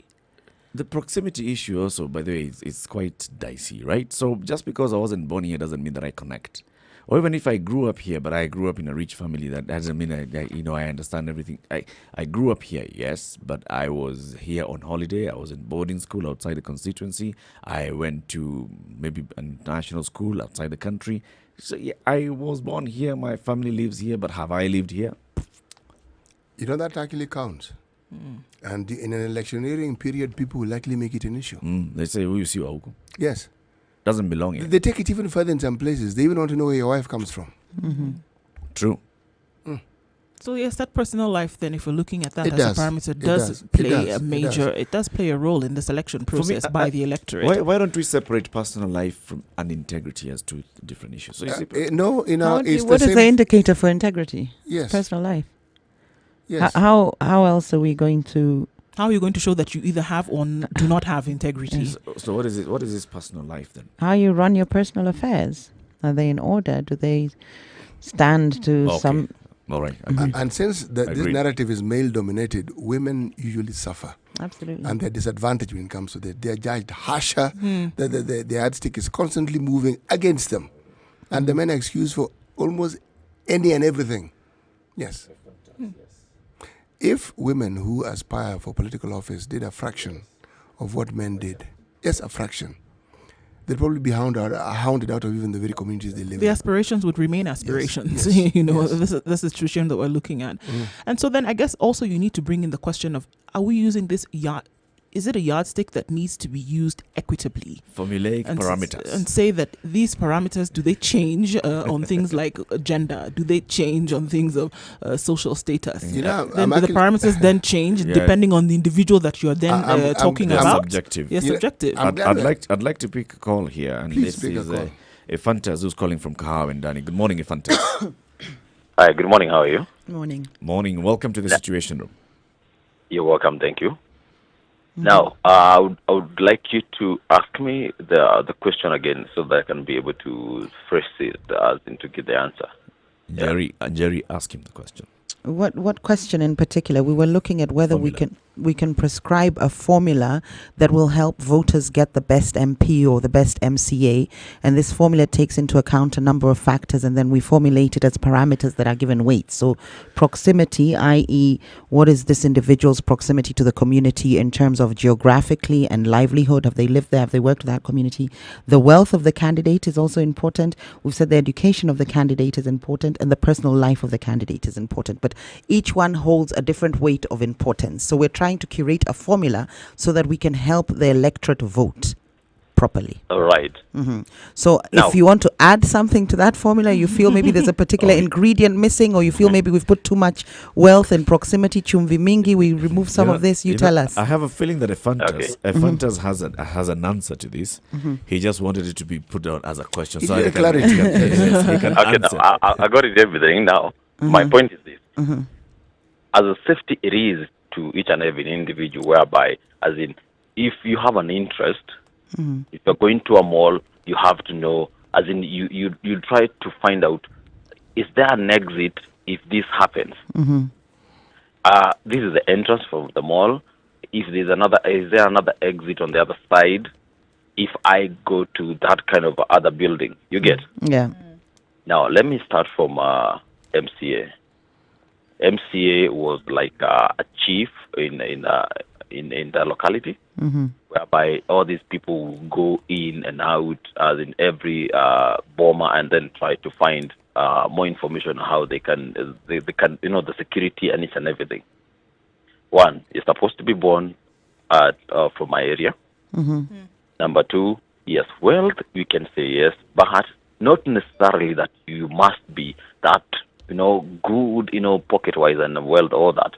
But if you are able to, if you have that quality of management, because actually, if you don't know how to manage even a little single coin that you have, actually, when I will vote for you, you'll not be able to, manage anything, right? Number two, you might be going towards salary. That is true. But I want you to get to the shoes of I as a voter. As a voter, most of the time, yes, I'm not looking at if you're going to get that salary. Most of the time, we look at what are we getting right now. Let me mention Waitito. Sorry for that, but no, go ahead. What happened in Kiambu? People say that we want this new person who can change our county. But what happened is that person had to give money, actually, so that they can be able to fight the other guy. Kabogo. And then at the end, Kabogo and those others who are like, we want this kind of membership thing to go ahead, as in now the charmer. The other contestants. The other contestants. But you find what you're giving me today is what matters, and that's why I said it's all about interest. What you're giving me today, that is what matters. If you're not giving me what I'm looking for today, actually, I'm not going to give you a vote. So, to cut my story short, is that it's all about an interest of a common mwananchi. If you have an interest of your life, the safety becomes number one. And the safety is a leadership. We are looking forward on how our kids can be in a good country, how our economy can grow, how my safety can be in my locality, even when I'm going home, transport, health, everything. If I am not sensitive, actually, it will never happen. So I think moreover, we may be looking forward on ways that we can help this Mwananchi have a good leader, blah, blah, blah, all that kind of things. We try to put in force. Are they hated as, my credit is up, but do they have awareness? We should stress much on awareness. So thank you very much. Thank you very much, Fantas, for calling in this morning. I also got Yego. Good morning, Yego. Good morning. Morning. How is Matu? Yes. Madu is very calm and cold this morning. Okay. Yes. I think we need to put education as the most key in electing our leaders. And most of our people are aware. Because you see, when we are electing people to head the schools, maybe the board of the school, the chairman, a village, a factory, or a factory within locality, most of our people consider a person who is very as high, maybe high, the standard of education is higher, maybe diploma degree, also experience. We also look at the personal life of a person. How he or she in the family, how is his or her family, welfare, the Christian life. So those things are considered. But when it comes to elections, I don't know what is bewitching most of our people. This is why we're trying to look for a prescription so that people are not getting carried away by mass hysteria and the energy of the day, but they can actually make well-informed decisions, because I do believe that the electorate could be better informed. You've said it yourself. Yes, the electorate needs to be informed, because sometimes you may find a candidate who he or she has headed a parastatal, her company, or even the best leading school in the area, locality. But when another person comes in, you will hear the electorate saying that at least the other guy has a job. Let us give this one a job. Let's give him a chance. Yes, or maybe the other person believes in high integrity, is lenient to other, and maybe is not subscribing to any political party of an area. For example, now in my locality, maybe you are when you are a good leader, you might find somebody who is not subscribing to William ideologies. But they will Ruto's ideologies. Yes. But they will rather choose to elect just a demagogue who is singing the tune of William. Right. So I think our people need to be educated more. Absolutely. Yeah. Thank you very much. Thank you very much, Diego. Good morning, Timothy. Good morning. Morning, Latif. Good morning. Say hello to everybody in the Situation Room. Karibu. Hi, Njeri. Hi, Indu. Hi, City. Morning. Hi, Timothy. How are you guys doing? We're good. Well, thank you. Yes. Now, very interesting topic. I wanted to contribute just a little bit about what I think one of the things that nobody discusses when you discuss leadership is the psychopathic tendencies of great leaders. So is it that great leaders have psychopathic characteristics, not necessarily the murderous ones, but we're talking about charisma, we're talking about, to some extent, risk-taking, we're talking about, recklessness. Recklessness, the ability to... If I may the add ability to to... those are actually sociopathic tendencies. There's social, so let me say then sociopathic stroke psychopathic tendencies.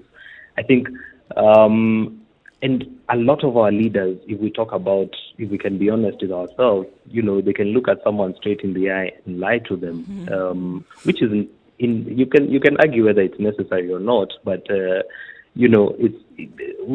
there. If you look at the characteristics of our MPs, if you look at the characteristics of our governors, people who, for example, will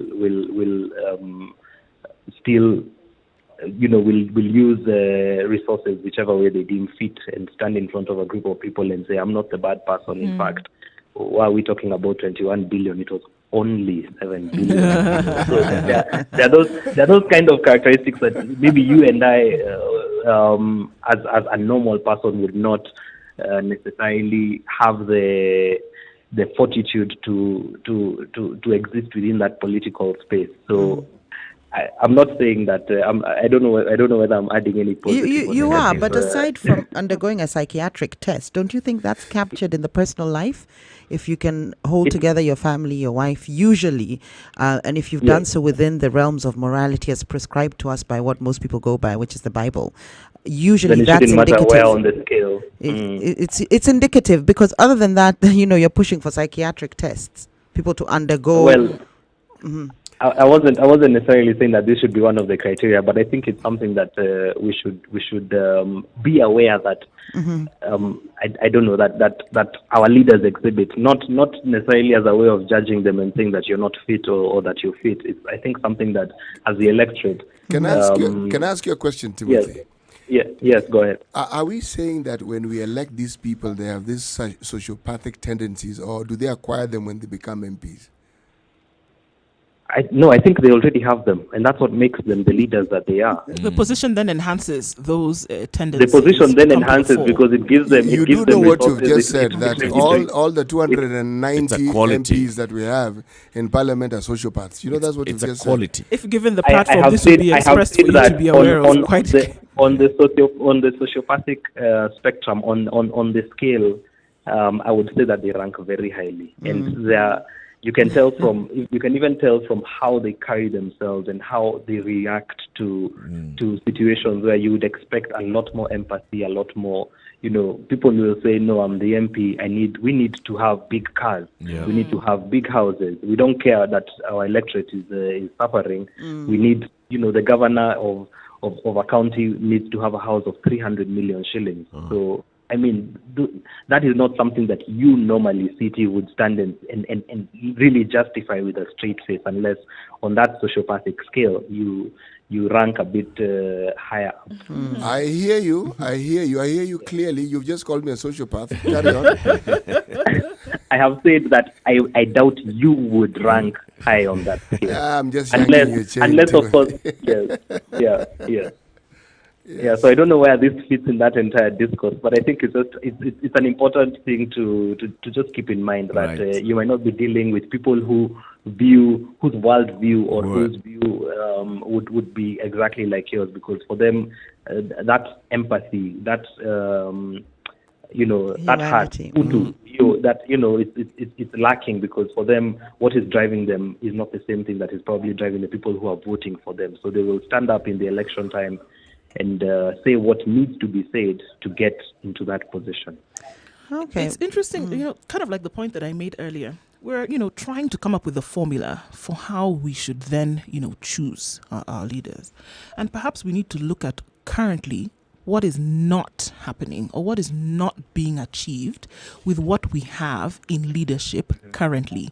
This could then help us point out the indicators for those things that we actually do then need to look for in the future when those leaders would then come in. So you're saying, okay, I'm going to stretch this a little bit. Shall I let Timothy go? Timothy? No, keep him on the line. Keep him on the line. Maybe.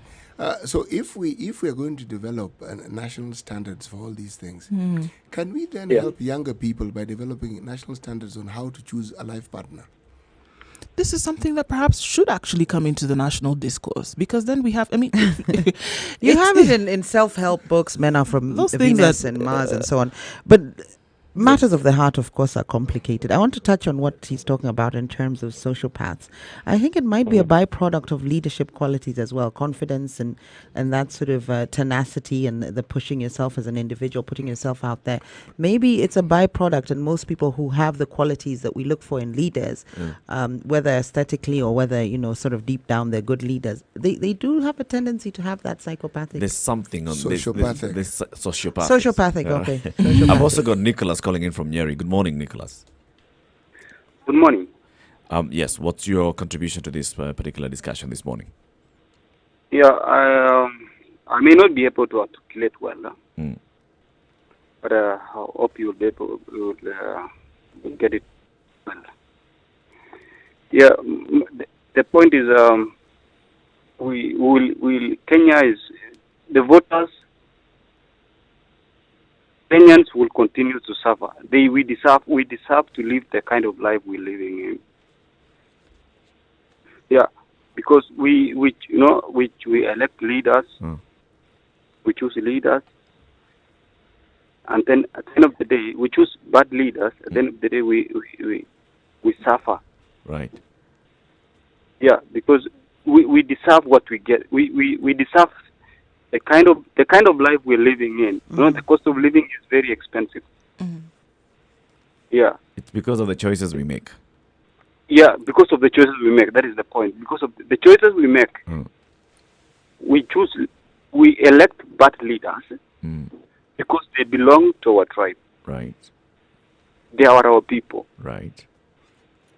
Yeah, we elect leaders because they are very celeb. They are very celeb. They are celeb. Yes, they are local celebs. They are local celeb. Yeah. So they are own people. So the cost of the cost of living. The point is now we are paying taxes. Everything we are doing is because of our choices. So, Nicholas, let me ask you, and that's a conversation that we're trying to have. So, what's a better way of choosing our leaders? How should we change our parameters of choosing our leaders from being a local celeb, from being a member of our tribe? Yeah, I don't know how we can convince our people because they are tribally based. You can't change. You look at the political parties in Kenya. Yep. Yeah, they are based on political parties. If you look at Jubilee is for Kalenjin and the Kikuyos. It is political parties are based on tribalism. Tribes. So, Nicholas, let's just come down. Let's narrow down into the last election in 2017. Did you vote? I didn't vote 2017. I voted 2013. Okay, so let's speak 2013, and let's not even go to the presidency. Let's look at local leadership, the MCA. Yes. The person that you voted for as MCA, what characters attracted you to them? What made you choose them? Yeah, when it comes to you vote basing on what someone's telling you. You don't know someone. Someone just comes and gives in on his or her manifestos. Mm-hmm. Just believe it. You don't know where he comes from. You just believe and vote. So the person you voted for as MCA in 2013, it was not because of tribe. You see, I personally don't vote on the basis of tribe. Okay. But people, did you vote? We're talking about Nicholas here specifically. Did you vote on the basis of party? Yeah, I because I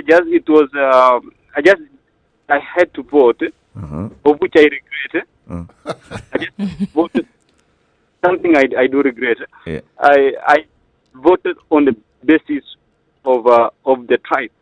Okay. Because at the end of the day, what was I supposed? If I was to get something at the end of the day? Yeah. Because someone would have considered me for something else because we belong to one another in a way. We share the same language. So I voted on the basis of the tribe. But what is wrong with that? Yeah, I would have gained something. But then the thing is, what is the point of if at all we are voting on the basis of the tribe? Then I don't think tribalism will ever end in this country. Mm. If I'm voting in my local constituency or ward, the likelihood is that the people in that ward will speak the same language as I, if not, they'll be my relatives. Mm. So in that regard, I don't really have much of a choice, as would be also the MP. Maybe at a national level, when you talk about the presidency, what you're saying may actually come into play. But you're the one who is stressing the fact that there's clans, and it's even more tribalistic at a local level. Because I said that's why one of the reasons when we're talking, I think, about nationalizing Nairobi County or taking it back to government, we talked about the fact of tribes, and you said actually at a local level there's more tribes because it goes beyond clans. Tribe, it comes into because clan, families, it comes into clans, village, It does. the local area. So that's why, Nicholas, I was actually holding on to that. I was asking you for MCA. Forget about the presidency. Don't even go to governor. Don't even go to parliamentary, right? Nicholas? Yeah. In my view, yes. I think let me just give what I think. What my view and what I think about this. Tribalism will never end in this country. Okay. Tribalism will never end. It's a curse that stays with us forever. People in Kenya, the citizens the voters vote on the basis of tribalism, and that will never end. Right. Thank you. Voters vote because you belong to a certain community. Yeah, they vote you wherever you may be. You can be hata ukiwa mbaya, they will vote for you because you belong to their community. Political parties in Kenya are based on the tribe. Okay. I'll give an example. Let's say NASA or the ODM is for the western side. Yeah, talk of the Jubilee. Jubilee is Kikuyus and Kalens. Talk of this one from Wiper. From Wiper. Wiper is for Kalonzo, which is the Kamba community. Right. I think you've made the point, Nicholas, and thank you very much for your contribution this morning. You basically saying that tribalism is really impacting on our choices of leaders. It's actually informing a lot of the people on what they're doing. And I'm asking the question, asking what is wrong with it? What's wrong with that? Let's come back and discuss exactly what's wrong with that. The conversation we're having this morning is around the choice of a good leader. What is it that we should consider when you're electing a leader? And let's come actually into MCA, MP, Senator. What should we consider when you're electing a leader? Is wealth important? Is education important? Is their personal integrity important? Is their personal life important? Well, is their proximity to where we come from important? It's 28 minutes to 10 o'clock.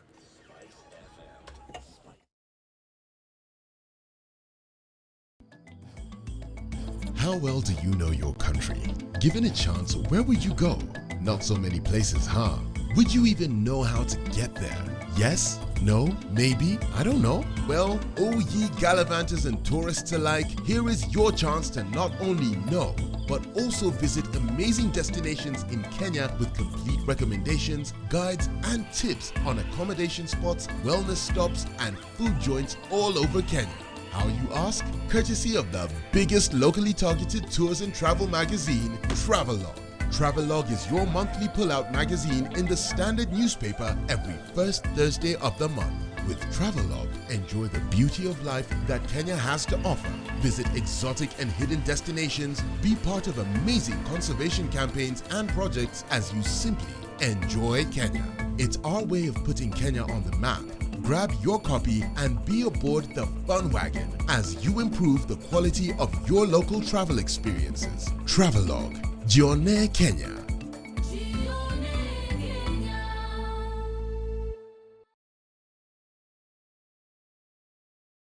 Tired of living your same old life? Need to spice it up and add some flavor? Well, we can help you go from living to living it up. East Africa, are you ready to be a part of the most vibrant entertainment scene with the best, freshest music, travel tips and destinations, fashion, tech and health trends, as well as your favorite celebrities' lifestyles? Introducing your favorite entertainment magazine, Pulsar, the ultimate all-in-one guide that will give you more meaning to life. Catch up with your celebrity writers and contributors to stay up to date with what's happening around you, where and how you can be a part of all that. The lifestyle guide that has been missing in your life. Pulsar. Live it up. Are you ready? Okay. Spice FM. All right. Karibu Nairobi, traffic update. Slow movement from Pangani to Utalii. So we have really still the issue on Thika Road, as well as what we see on Mombasa Road, around Park Towers, all the way down to Nyayo Stadium, is snaking painfully slowly. So not just in traffic, but in pain as well. Enterprise Road in industrial area, the road has been under construction for more than 10 years, and the finished sections already need repair. It's causing traffic in the morning and in the evening. Ngong Road, again, because of the construction issues, we have this traffic, perennial traffic on the roads in the morning and the evening. So I think what we're looking at is a common thread of construction on the roads, and that's why we have the issues that we do. Until those are sorted, we need to get used to the situation. If there's something that's different, please do let us know. Call us on 0719 012 600. Mature, intelligent talk every morning. Spice up yourself.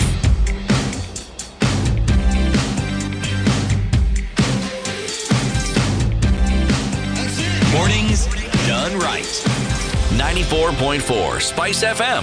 The conversation we're having this morning is around how to choose a leader, the qualities of a good leader. And our last caller, Nicholas, calling in from Nyeri, actually said, listen, guys, tribalism will never end in this country, and that is how we shall be choosing our leader. So this whole formula that you're trying to prescribe to us here, telling us about education, about proximity, about degree, about it. Put tribe 90%, then the rest 10%. That's probably the case at the moment. It doesn't mean that has to be the case. He's saying it will never end. And it won't. It won't. Multi-party democracy is not for us. And Moy warned us of this. He said our parties will consist not of ideologies, but of tribes. And this is exactly what is happening, or what has happened. Our parties do consist of tribes because we don't have ideologies within the parties per se. And that's why we start to lean towards personality politics. We start looking at the character. We start bringing in celebrities. Whereas a party should be so strong that so long as you embrace the ideologies of the parties and you can articulate yourself well, you can come to the party and you can run as a candidate. You actually use the party as a platform, as an individual. Whereas now what we're tending to do is parties are using people to raise their profiles as well. That's why you're seeing Wiper bring in Jackso, Prezzo, and so on to gain prominence. What is Jackso's ideology? Does it fit in with the party? Does the party have an ideology? No. Prezzo, Jerry, not Jackso. Well, his name is also Jackson. Yeah, we know him as people Prezzo. call him Jackso. Okay, Prezzo. Jackso, whichever. Jackso is same when difference. You're boys. Same difference. But yeah, totally. Multi-party democracy is simply not for us. That comes across when you dissect our democratic processes, and what we end up with. People become upset. But you see people are disgruntled, disenchanted. You've heard people calling in and said, I didn't vote last time because of this, but the time before that, I voted on a tribal basis. So they're not even informed enough to know what we should be voting on. But not just that, they're not even given the platforms or the opportunities to vote for ideologically based policies or parties. Let's go to the period individuals. between 1983 and 1992. We had a one party. So how are people voting then? There's a variety of ways in which we voted. There was the Mlolongo. No. What? Yes, but what? Steer the conversation. Sorry, I get you. Right. So answer the question. People voted along. It wasn't even party lines. Actually, it was party lines because whoever was considered to be the candidate the party favored was the candidate who was most likely to win. So it was party lines, which is how it should be. You join a party, you want a party because it represents your ideologies, which encompass Jerry, this was all an these things interesting we're talking period. about. You weren't given a choice. It was what was presented, and you're saying us. select from all of this, not even all of these. Select from here.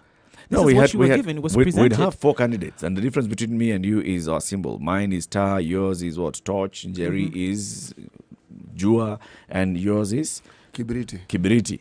And we are all in one party. But then when people are coming to vote for us, what were they choosing? What makes them pick me, tar?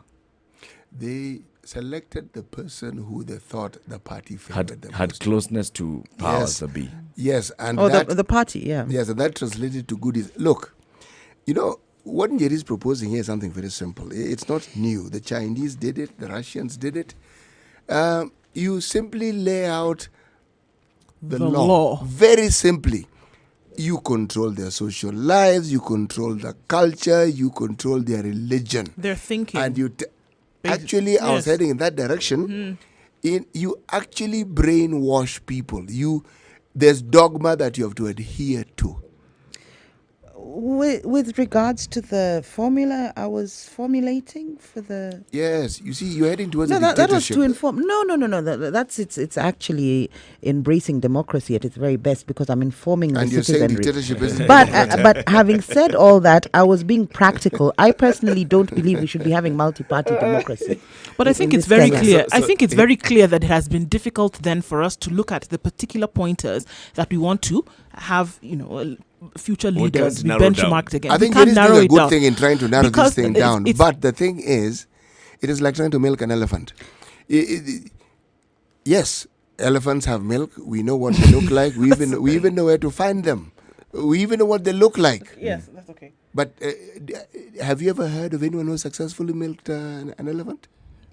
No, they made the news. Because of the fact that was not the source that they would ordinarily go to if they were in search of milk. Precisely. Exactly. So now if this is being likened to the situation that we're talking about, these particular characteristics that we're setting down is not what necessarily people look to for when they are seeking the answers that they are in a leader. Listen, the silver bullet to all of this. I mean, I discuss this because this is practical, it's pragmatic, it's what is happening. And it's facts. It's not to say it is the ideal. The ideal in a country that has more than one ethnicity, and I think we have 42, is it 44? 44 now, and that is still has not reached economic development is not multi-party democracy. It's a single party. A benevolent dictator. That would be the ideal for a country like Kenya. So not even party, but so individual. Even when I'm giving these formulas and trying to educate the citizenry on the parameters and the factors we should be looking at, my personally held belief is that we're not ready for this kind of democracy. I'm dealing with it because that is what is on the ground. But if I was to give my silver bullet and the solution for a country like Kenya, whereby we reach economic growth and everybody has a hospital bed instead of a ballot box, it would be benevolent dictatorship. Since you want to know what I was thinking, or you were trying to tell me what I was No, thinking. I wasn't actually trying to tell you. I was actually telling you. What do you And it think? doesn't, benevolent dictatorship yes. does not mean the control of the minds, as you were saying, because even in a What does democracy, it mean? even in a democracy, the media will control our Control values. your mind benevolently. I mean, what does it mean? Benevolent dictatorship, it brings about rapid progress for status, because you have one individual making all the decisions. They have access and control over. But it also everything from impacts the on the law. way in which you're going to operate, and we have to understand that also it impacts greatly on basically the way you will think They are as a nation. synonymous with being intolerant to views other than their own. Yes, This and is then the even problem if But here. if they're benevolent and it's for the betterment of the country and everybody's benefiting, I Who want us to decides? take- He I want us to decides. take a few countries. Let's look at Rwanda, Ethiopia, and Singapore, and see how they have performed under what I would call is a benevolent dictatorship. Of course, some rights will be curtailed to a certain extent, Let's add but who Turkey needs there those then. rights when you have everything? Why do you need to express yourself when you don't even have food on the table?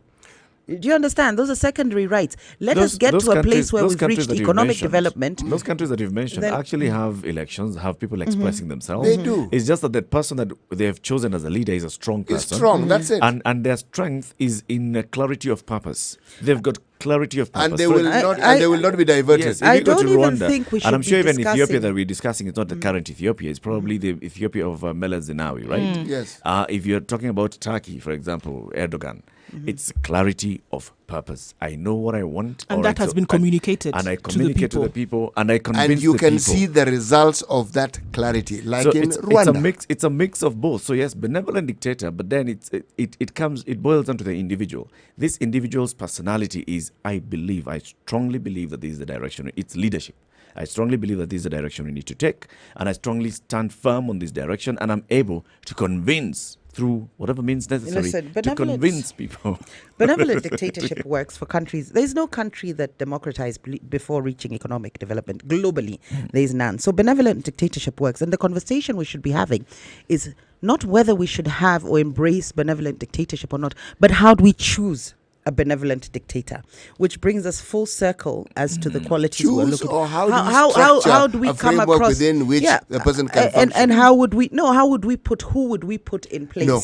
Because Does it become it's the like people's waiting for the choice? Messiah. How Can would you we have- know the person is Can you benevolent? have The who, Can you because have it's a the- dictatorship. No, the Can who you is have the slippery. people's The who choice? is very slippery ground. Can you have the people's choice and a benevolent dictator at the same time? Yes, you can bring in You a can hybrid actually. of a democracy You whereby can. you give somebody 10 years Yeah. with zero opposition. That gives you a benevolent dictatorship, so to speak. And then you restructure the separation of As powers though- so as that though there's they no will checks leave and power. balances. As though they will Well, leave there's it. the threat of there's a threat of China, revolutions and there's so a on. form of election, right? So the party chooses who's going to be the leader, and that leader becomes the leader of the country. And that leader is given 10 years, and you're told these 10 years are yours. Work, serve, deliver. And that works very well because this person becomes a strong man. Well, the current one thinks he's not even been given enough powers, he wants more. But it's a good framework to say that, yes, you've got this time and you've got to deliver. But then it boils down again to the person. But you Because we've given you 5 years. Those 5 years, why can't you just deliver? And we say, if you can convince us that we let you deliver, we'll let you deliver. Eric, you know that system? Which one? The Chinese system you speak of, it's very similar to the system that they're now trying to adopt in Sudan, where you have a civilian who's supposed to be the head of to lead the country, but then you have this committee behind him, yes, who actually determine what ought to happen. Yes. So, for all practical purposes, this supposed benevolent dictator It's not a dictator. It's not. That's not the sort of I'm looking for. is answerable. The dictatorship is in that committee. They are the ones who actually decide what happened. And it works. The Politburos used to call it. That's what it was. You're the Secretary General. Didn't stop you from having a president, but the Secretary General of the party was the real strong person. That was the really powerful person. Was the power. Yes. In Ethiopia, it's the same. It's parliament and some strong committees in parliament that know how to pick the prime minister, and that prime minister is strong also, but they are sort of in a way answerable too. The prime minister is that's how- strengthened. and He's that's not how- strong. He's That's how strengthened. Haile Mariam lost it because, well, the powers that be felt, you're not serving the purpose. And of course, you have lower crime rates in these countries where there's a dictator, and rapid progress, economic progress I'm talking about. And most importantly, continuity and stability. These 5-year election cycles, they really disrupt economic development, which I think is what we as Africans should be aspiring to before trying to sort of get into this idea of democracy. We've sat here and we talk about day in, day out our politics. We look at our elective processes, and I don't think anybody's actually happy and saying, wow, this is really working for us. Why can we not start to discuss alternative forms of governance without looking at dictatorship as this negative, with the connotation that it comes with? Because we now have good examples of good autocracies. As I said earlier, I think I've said before, I like to call it paternalism, authoritarian paternalism. Just in the same way you look after your children and you know what's best for them. There's people we can get in power who know what's best for us. For adult children. And I think that has happened previously. Even again, if we look at the Libyan example of the fact that, if we're looking at paternalism and you look at the people of Libya as children under Gaddafi, the people were actually very happy. They were very happy. They were very happy with the way in which things were. I mean, there was oil free flowing in the country, education. Are you sure this is not the case of the Zimbabwe we're talking about? No, I hear you got 50 grand to get married when you got out of university. Although I don't know how true that is. Education for free until you were housing was heavily subsidized. The people actually were happy until they were told that they were not. And of course, democracy in a country that is multi-ethnic polarizes the country, and you get tensions, and we're charged differently. And then it starts to point at another index, the happiness index that I keep bringing up. How happy are we under this democracy? I think the better way then of actually picking up that leader so that we can ensure that our democracy is strong and also we have a strong leader is have a committee. So that committee is able to vet and see this person exhibits some strong qualities, because the country... This is to pick out a benevolent dictator. Yes, to pick up so have a committee behind him. And not parliament. Okay, so have a committee behind him. Yeah. How do you get onto that committee? Onto the committee? Under your proposed usually structures. Those committees are actually formed by people from the military, where we've seen them in existence. Nigeria, you've seen military roles. Yes. Libya again. Yes. This actually happened. Yes. State has a lot of interest in the functioning of the state. The state has got to have stability. So all these organs of state, military, intelligence, police and all, they sit together, and even you can bring in some people from the public service, from the NGO sector. Senior member in public service, and then NGOs. Church-based organizations. Right. Where do we stop? So how do we select these people? And they come in and sit. We can actually who selects them? We can identify. So who selects the selectors? Who identifies? Military. I don't think you need to bother with that. You simply make it open and let the people who are in charge of those particular sectors select someone to come and represent. Just like JSC. JSC, we've got representatives from various organs. Yes. So those organs actually pick somebody to come and represent them. So you come and sit here, and you're the ones who are going to be picking a leader. And you pick for us a leader, and you look at how strong do you have clarity of vision? Are you now we go to those parameters, the proximity, wealth, education. I think education would put a lot more weight on that. Those ones will not even matter. Education, personal life. Personal life is one, integrity is another one. Then they may look at education level. Yes, proximity, of course, will not necessarily matter. And then I think the social path aspect comes in very, very importantly. I mean, you've seen Trump, and this is somebody who has access to that red button for the nuclear weapons. So and he hasn't pressed it yet. Not yet. And he's actually pursuing peace with Iran and North Korea, something others have not done. You've got to consider the temperament of the president as well, or whoever it is we're putting at the helm in a dictatorship.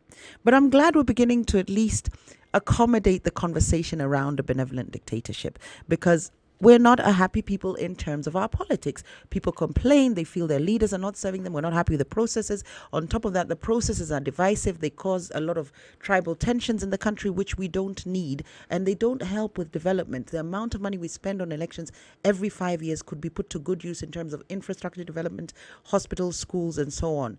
So for me, I lean towards the benevolent dictatorship. It's just the question of how would we choose that person? And it's great that we're coming up with solutions. Eric said maybe have a body of people, a committee of people from different aspects of life, different pillars, so NGOs and so on. Who then perhaps those are the committee that will be subjected to this formula. Because then you have a particular number of people that you're saying 10, 15 people who then, make this selection. They are the ones then who will be subjected to this, as opposed to leaders across the board who are then coming in and picking this one individual. I'll come in. If I'll there's come a in. benchmark, I'll come that in must into actually now looking at the benchmark for those people, those members of the committee, because CT said very vehemently, not politicians, not parliament. I've got Eric on the line. Good morning, Eric from Nairobi. Morning to you. How are you? Very well, thank you. You are in the Situation Room. Karibu. Thank you. I would like to put across my sentiments. Yeah, the fact that we are saying that democracy isn't working for us, it doesn't mean that, probably things could get better under a benevolent dictatorship, but still they could get to us. Doesn't necessarily mean they can get to us. Because let's say, for example, if we put in that benevolent dictator, and he decides or he chooses at some point not to have the interests of the country at heart, and he decides that he wants to be a lifetime leader, and of course I'm sure he'll have all the mechanisms to change the system, and he can in fact even change the constitution. What do we have, or what will be our insurance?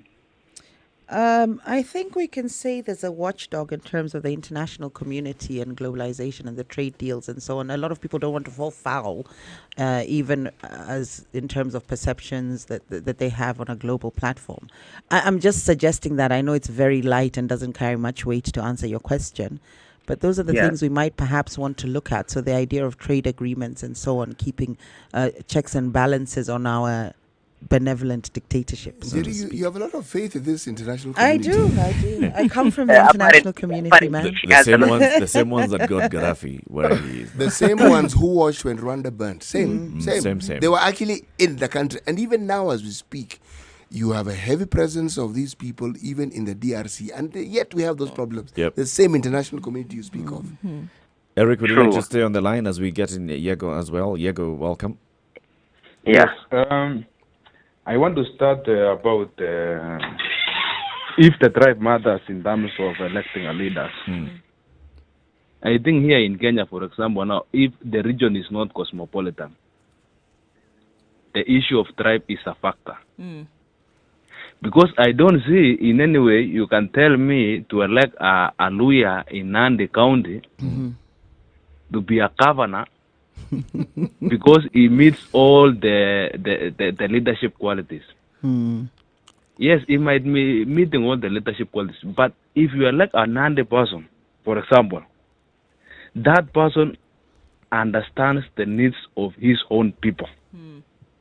And that is what we have seen in these outskirts or in these counties. You cannot elect a senator or an MP or an MCA from outside the tribe. The tribe matters. But that's why proximity is a factor. Yes. Are we looking at an unwritten rule? A Luya who was born and brought up in Nandi, in Nandi, went to school in Nandi, went to high school in Nandi, went to university wherever, but has come and is living in Nandi. Yes. What's wrong with that? The cultural and traditions. Unwritten rules. Unwritten cultural and traditional rules. Because I will give you, for example, maybe men when they are passing their rights to adulthood. You cannot have a lawyer undergoing a Nandi tradition, which matters. It matters. Yes, so they are not written, but it matters, even if you are raised. Yeah. Now, in terms of the leadership, now the benevolent dictatorship, I think basically me, in my opinion, I support it. Oh, good. Thank you, Yego. We're on the same side today. Yes, the reason why I support is that dictatorship establishes a strong government, whereby you achieve the results very quickly. Absolutely. Rapid progress. When you have a leader, you cannot hear such cases like Munataka Nefanya Nini. You find when there is insecurity in the country, for example, when there was insecurity in Baringo, people are dying. But because of the system of governance, the members of the parliament have to sit, agree on, so that they can dispatch army to the defense. All right. it takes time to achieve the results. Absolutely. Look, for example, even when they are talking about tribunals, when you want to meet the needs of the people, for example, agriculture, those people you are taking them there to sit in a committee have to view what gain are my people gaining, what gain, and this delays the delivery. But when we have a dictatorship, at least the command is the chain of command is from one person.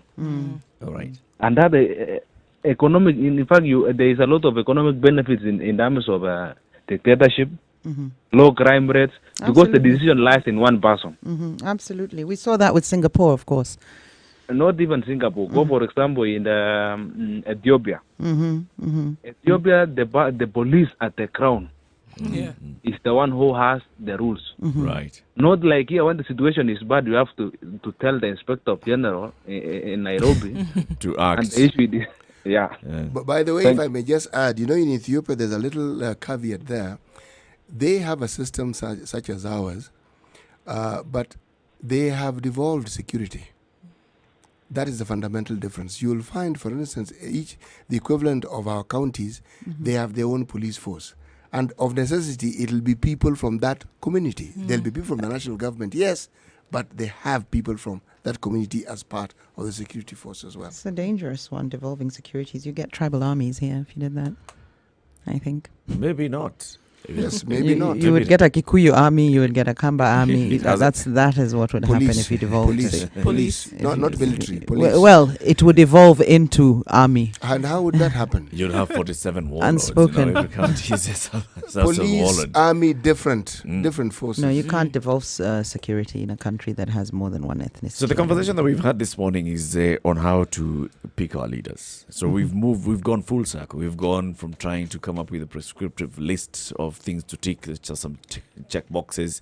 We've gone into proximity, and Jerry gave it 50%, wealth 10%, degree 20%, and personal life and integrity 20%. That all adds up to 100%. So the person who leads is the person that you go and tick for in the ballot. And then we actually even moved and evolved in this conversation and went into forget all these things. Let's just have a dictator who is picked by some committee of people there.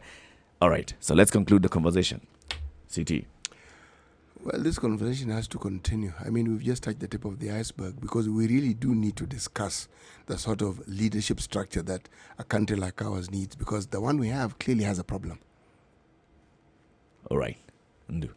We definitely need to continue in this discourse, because it's unfortunate that we continue to make decisions, on kind of like an empty basket of information. We don't it's clear that we don't really know where we should be going with this. So definitely the conversation needs to continue, and I do think that we can find the way forward based on the things that we currently have that are not working. So we need to identify what we have. We need to identify, see what's not working, and then say. And then from there we can form a framework for which we can go into the future. Jerry?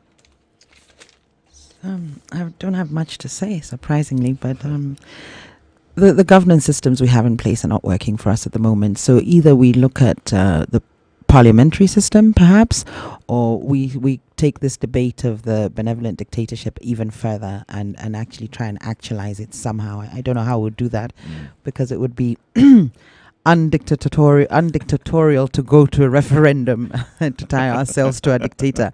So I don't know how we would go about it. Maybe change the constitution so as to allow 10 years and curb the powers of opposition and so on. Tomorrow we'll actually look at democracy and the power of each individual voter at the ballot. And Jerry will be bringing in some ideas here. She'll be advancing some radical thoughts. And we'll wait to hear on that. Also, we'll have other conversation to discuss tomorrow morning from 6 a.m. to 10 a.m. Thank you very much for joining us in the Situation Room, Kenya's biggest conversation, right here on Spice FM. Between now and 7 o'clock, as usual, non-stop music, sugar and spice and everything nice. From 7 to 10 p.m., it's the adults in the room. Emmanuel Kisiangani, Eric Omondi, and Barbara Mbaka, the Duchess of Ikolomani. Until then, have a good morning. Goodbye.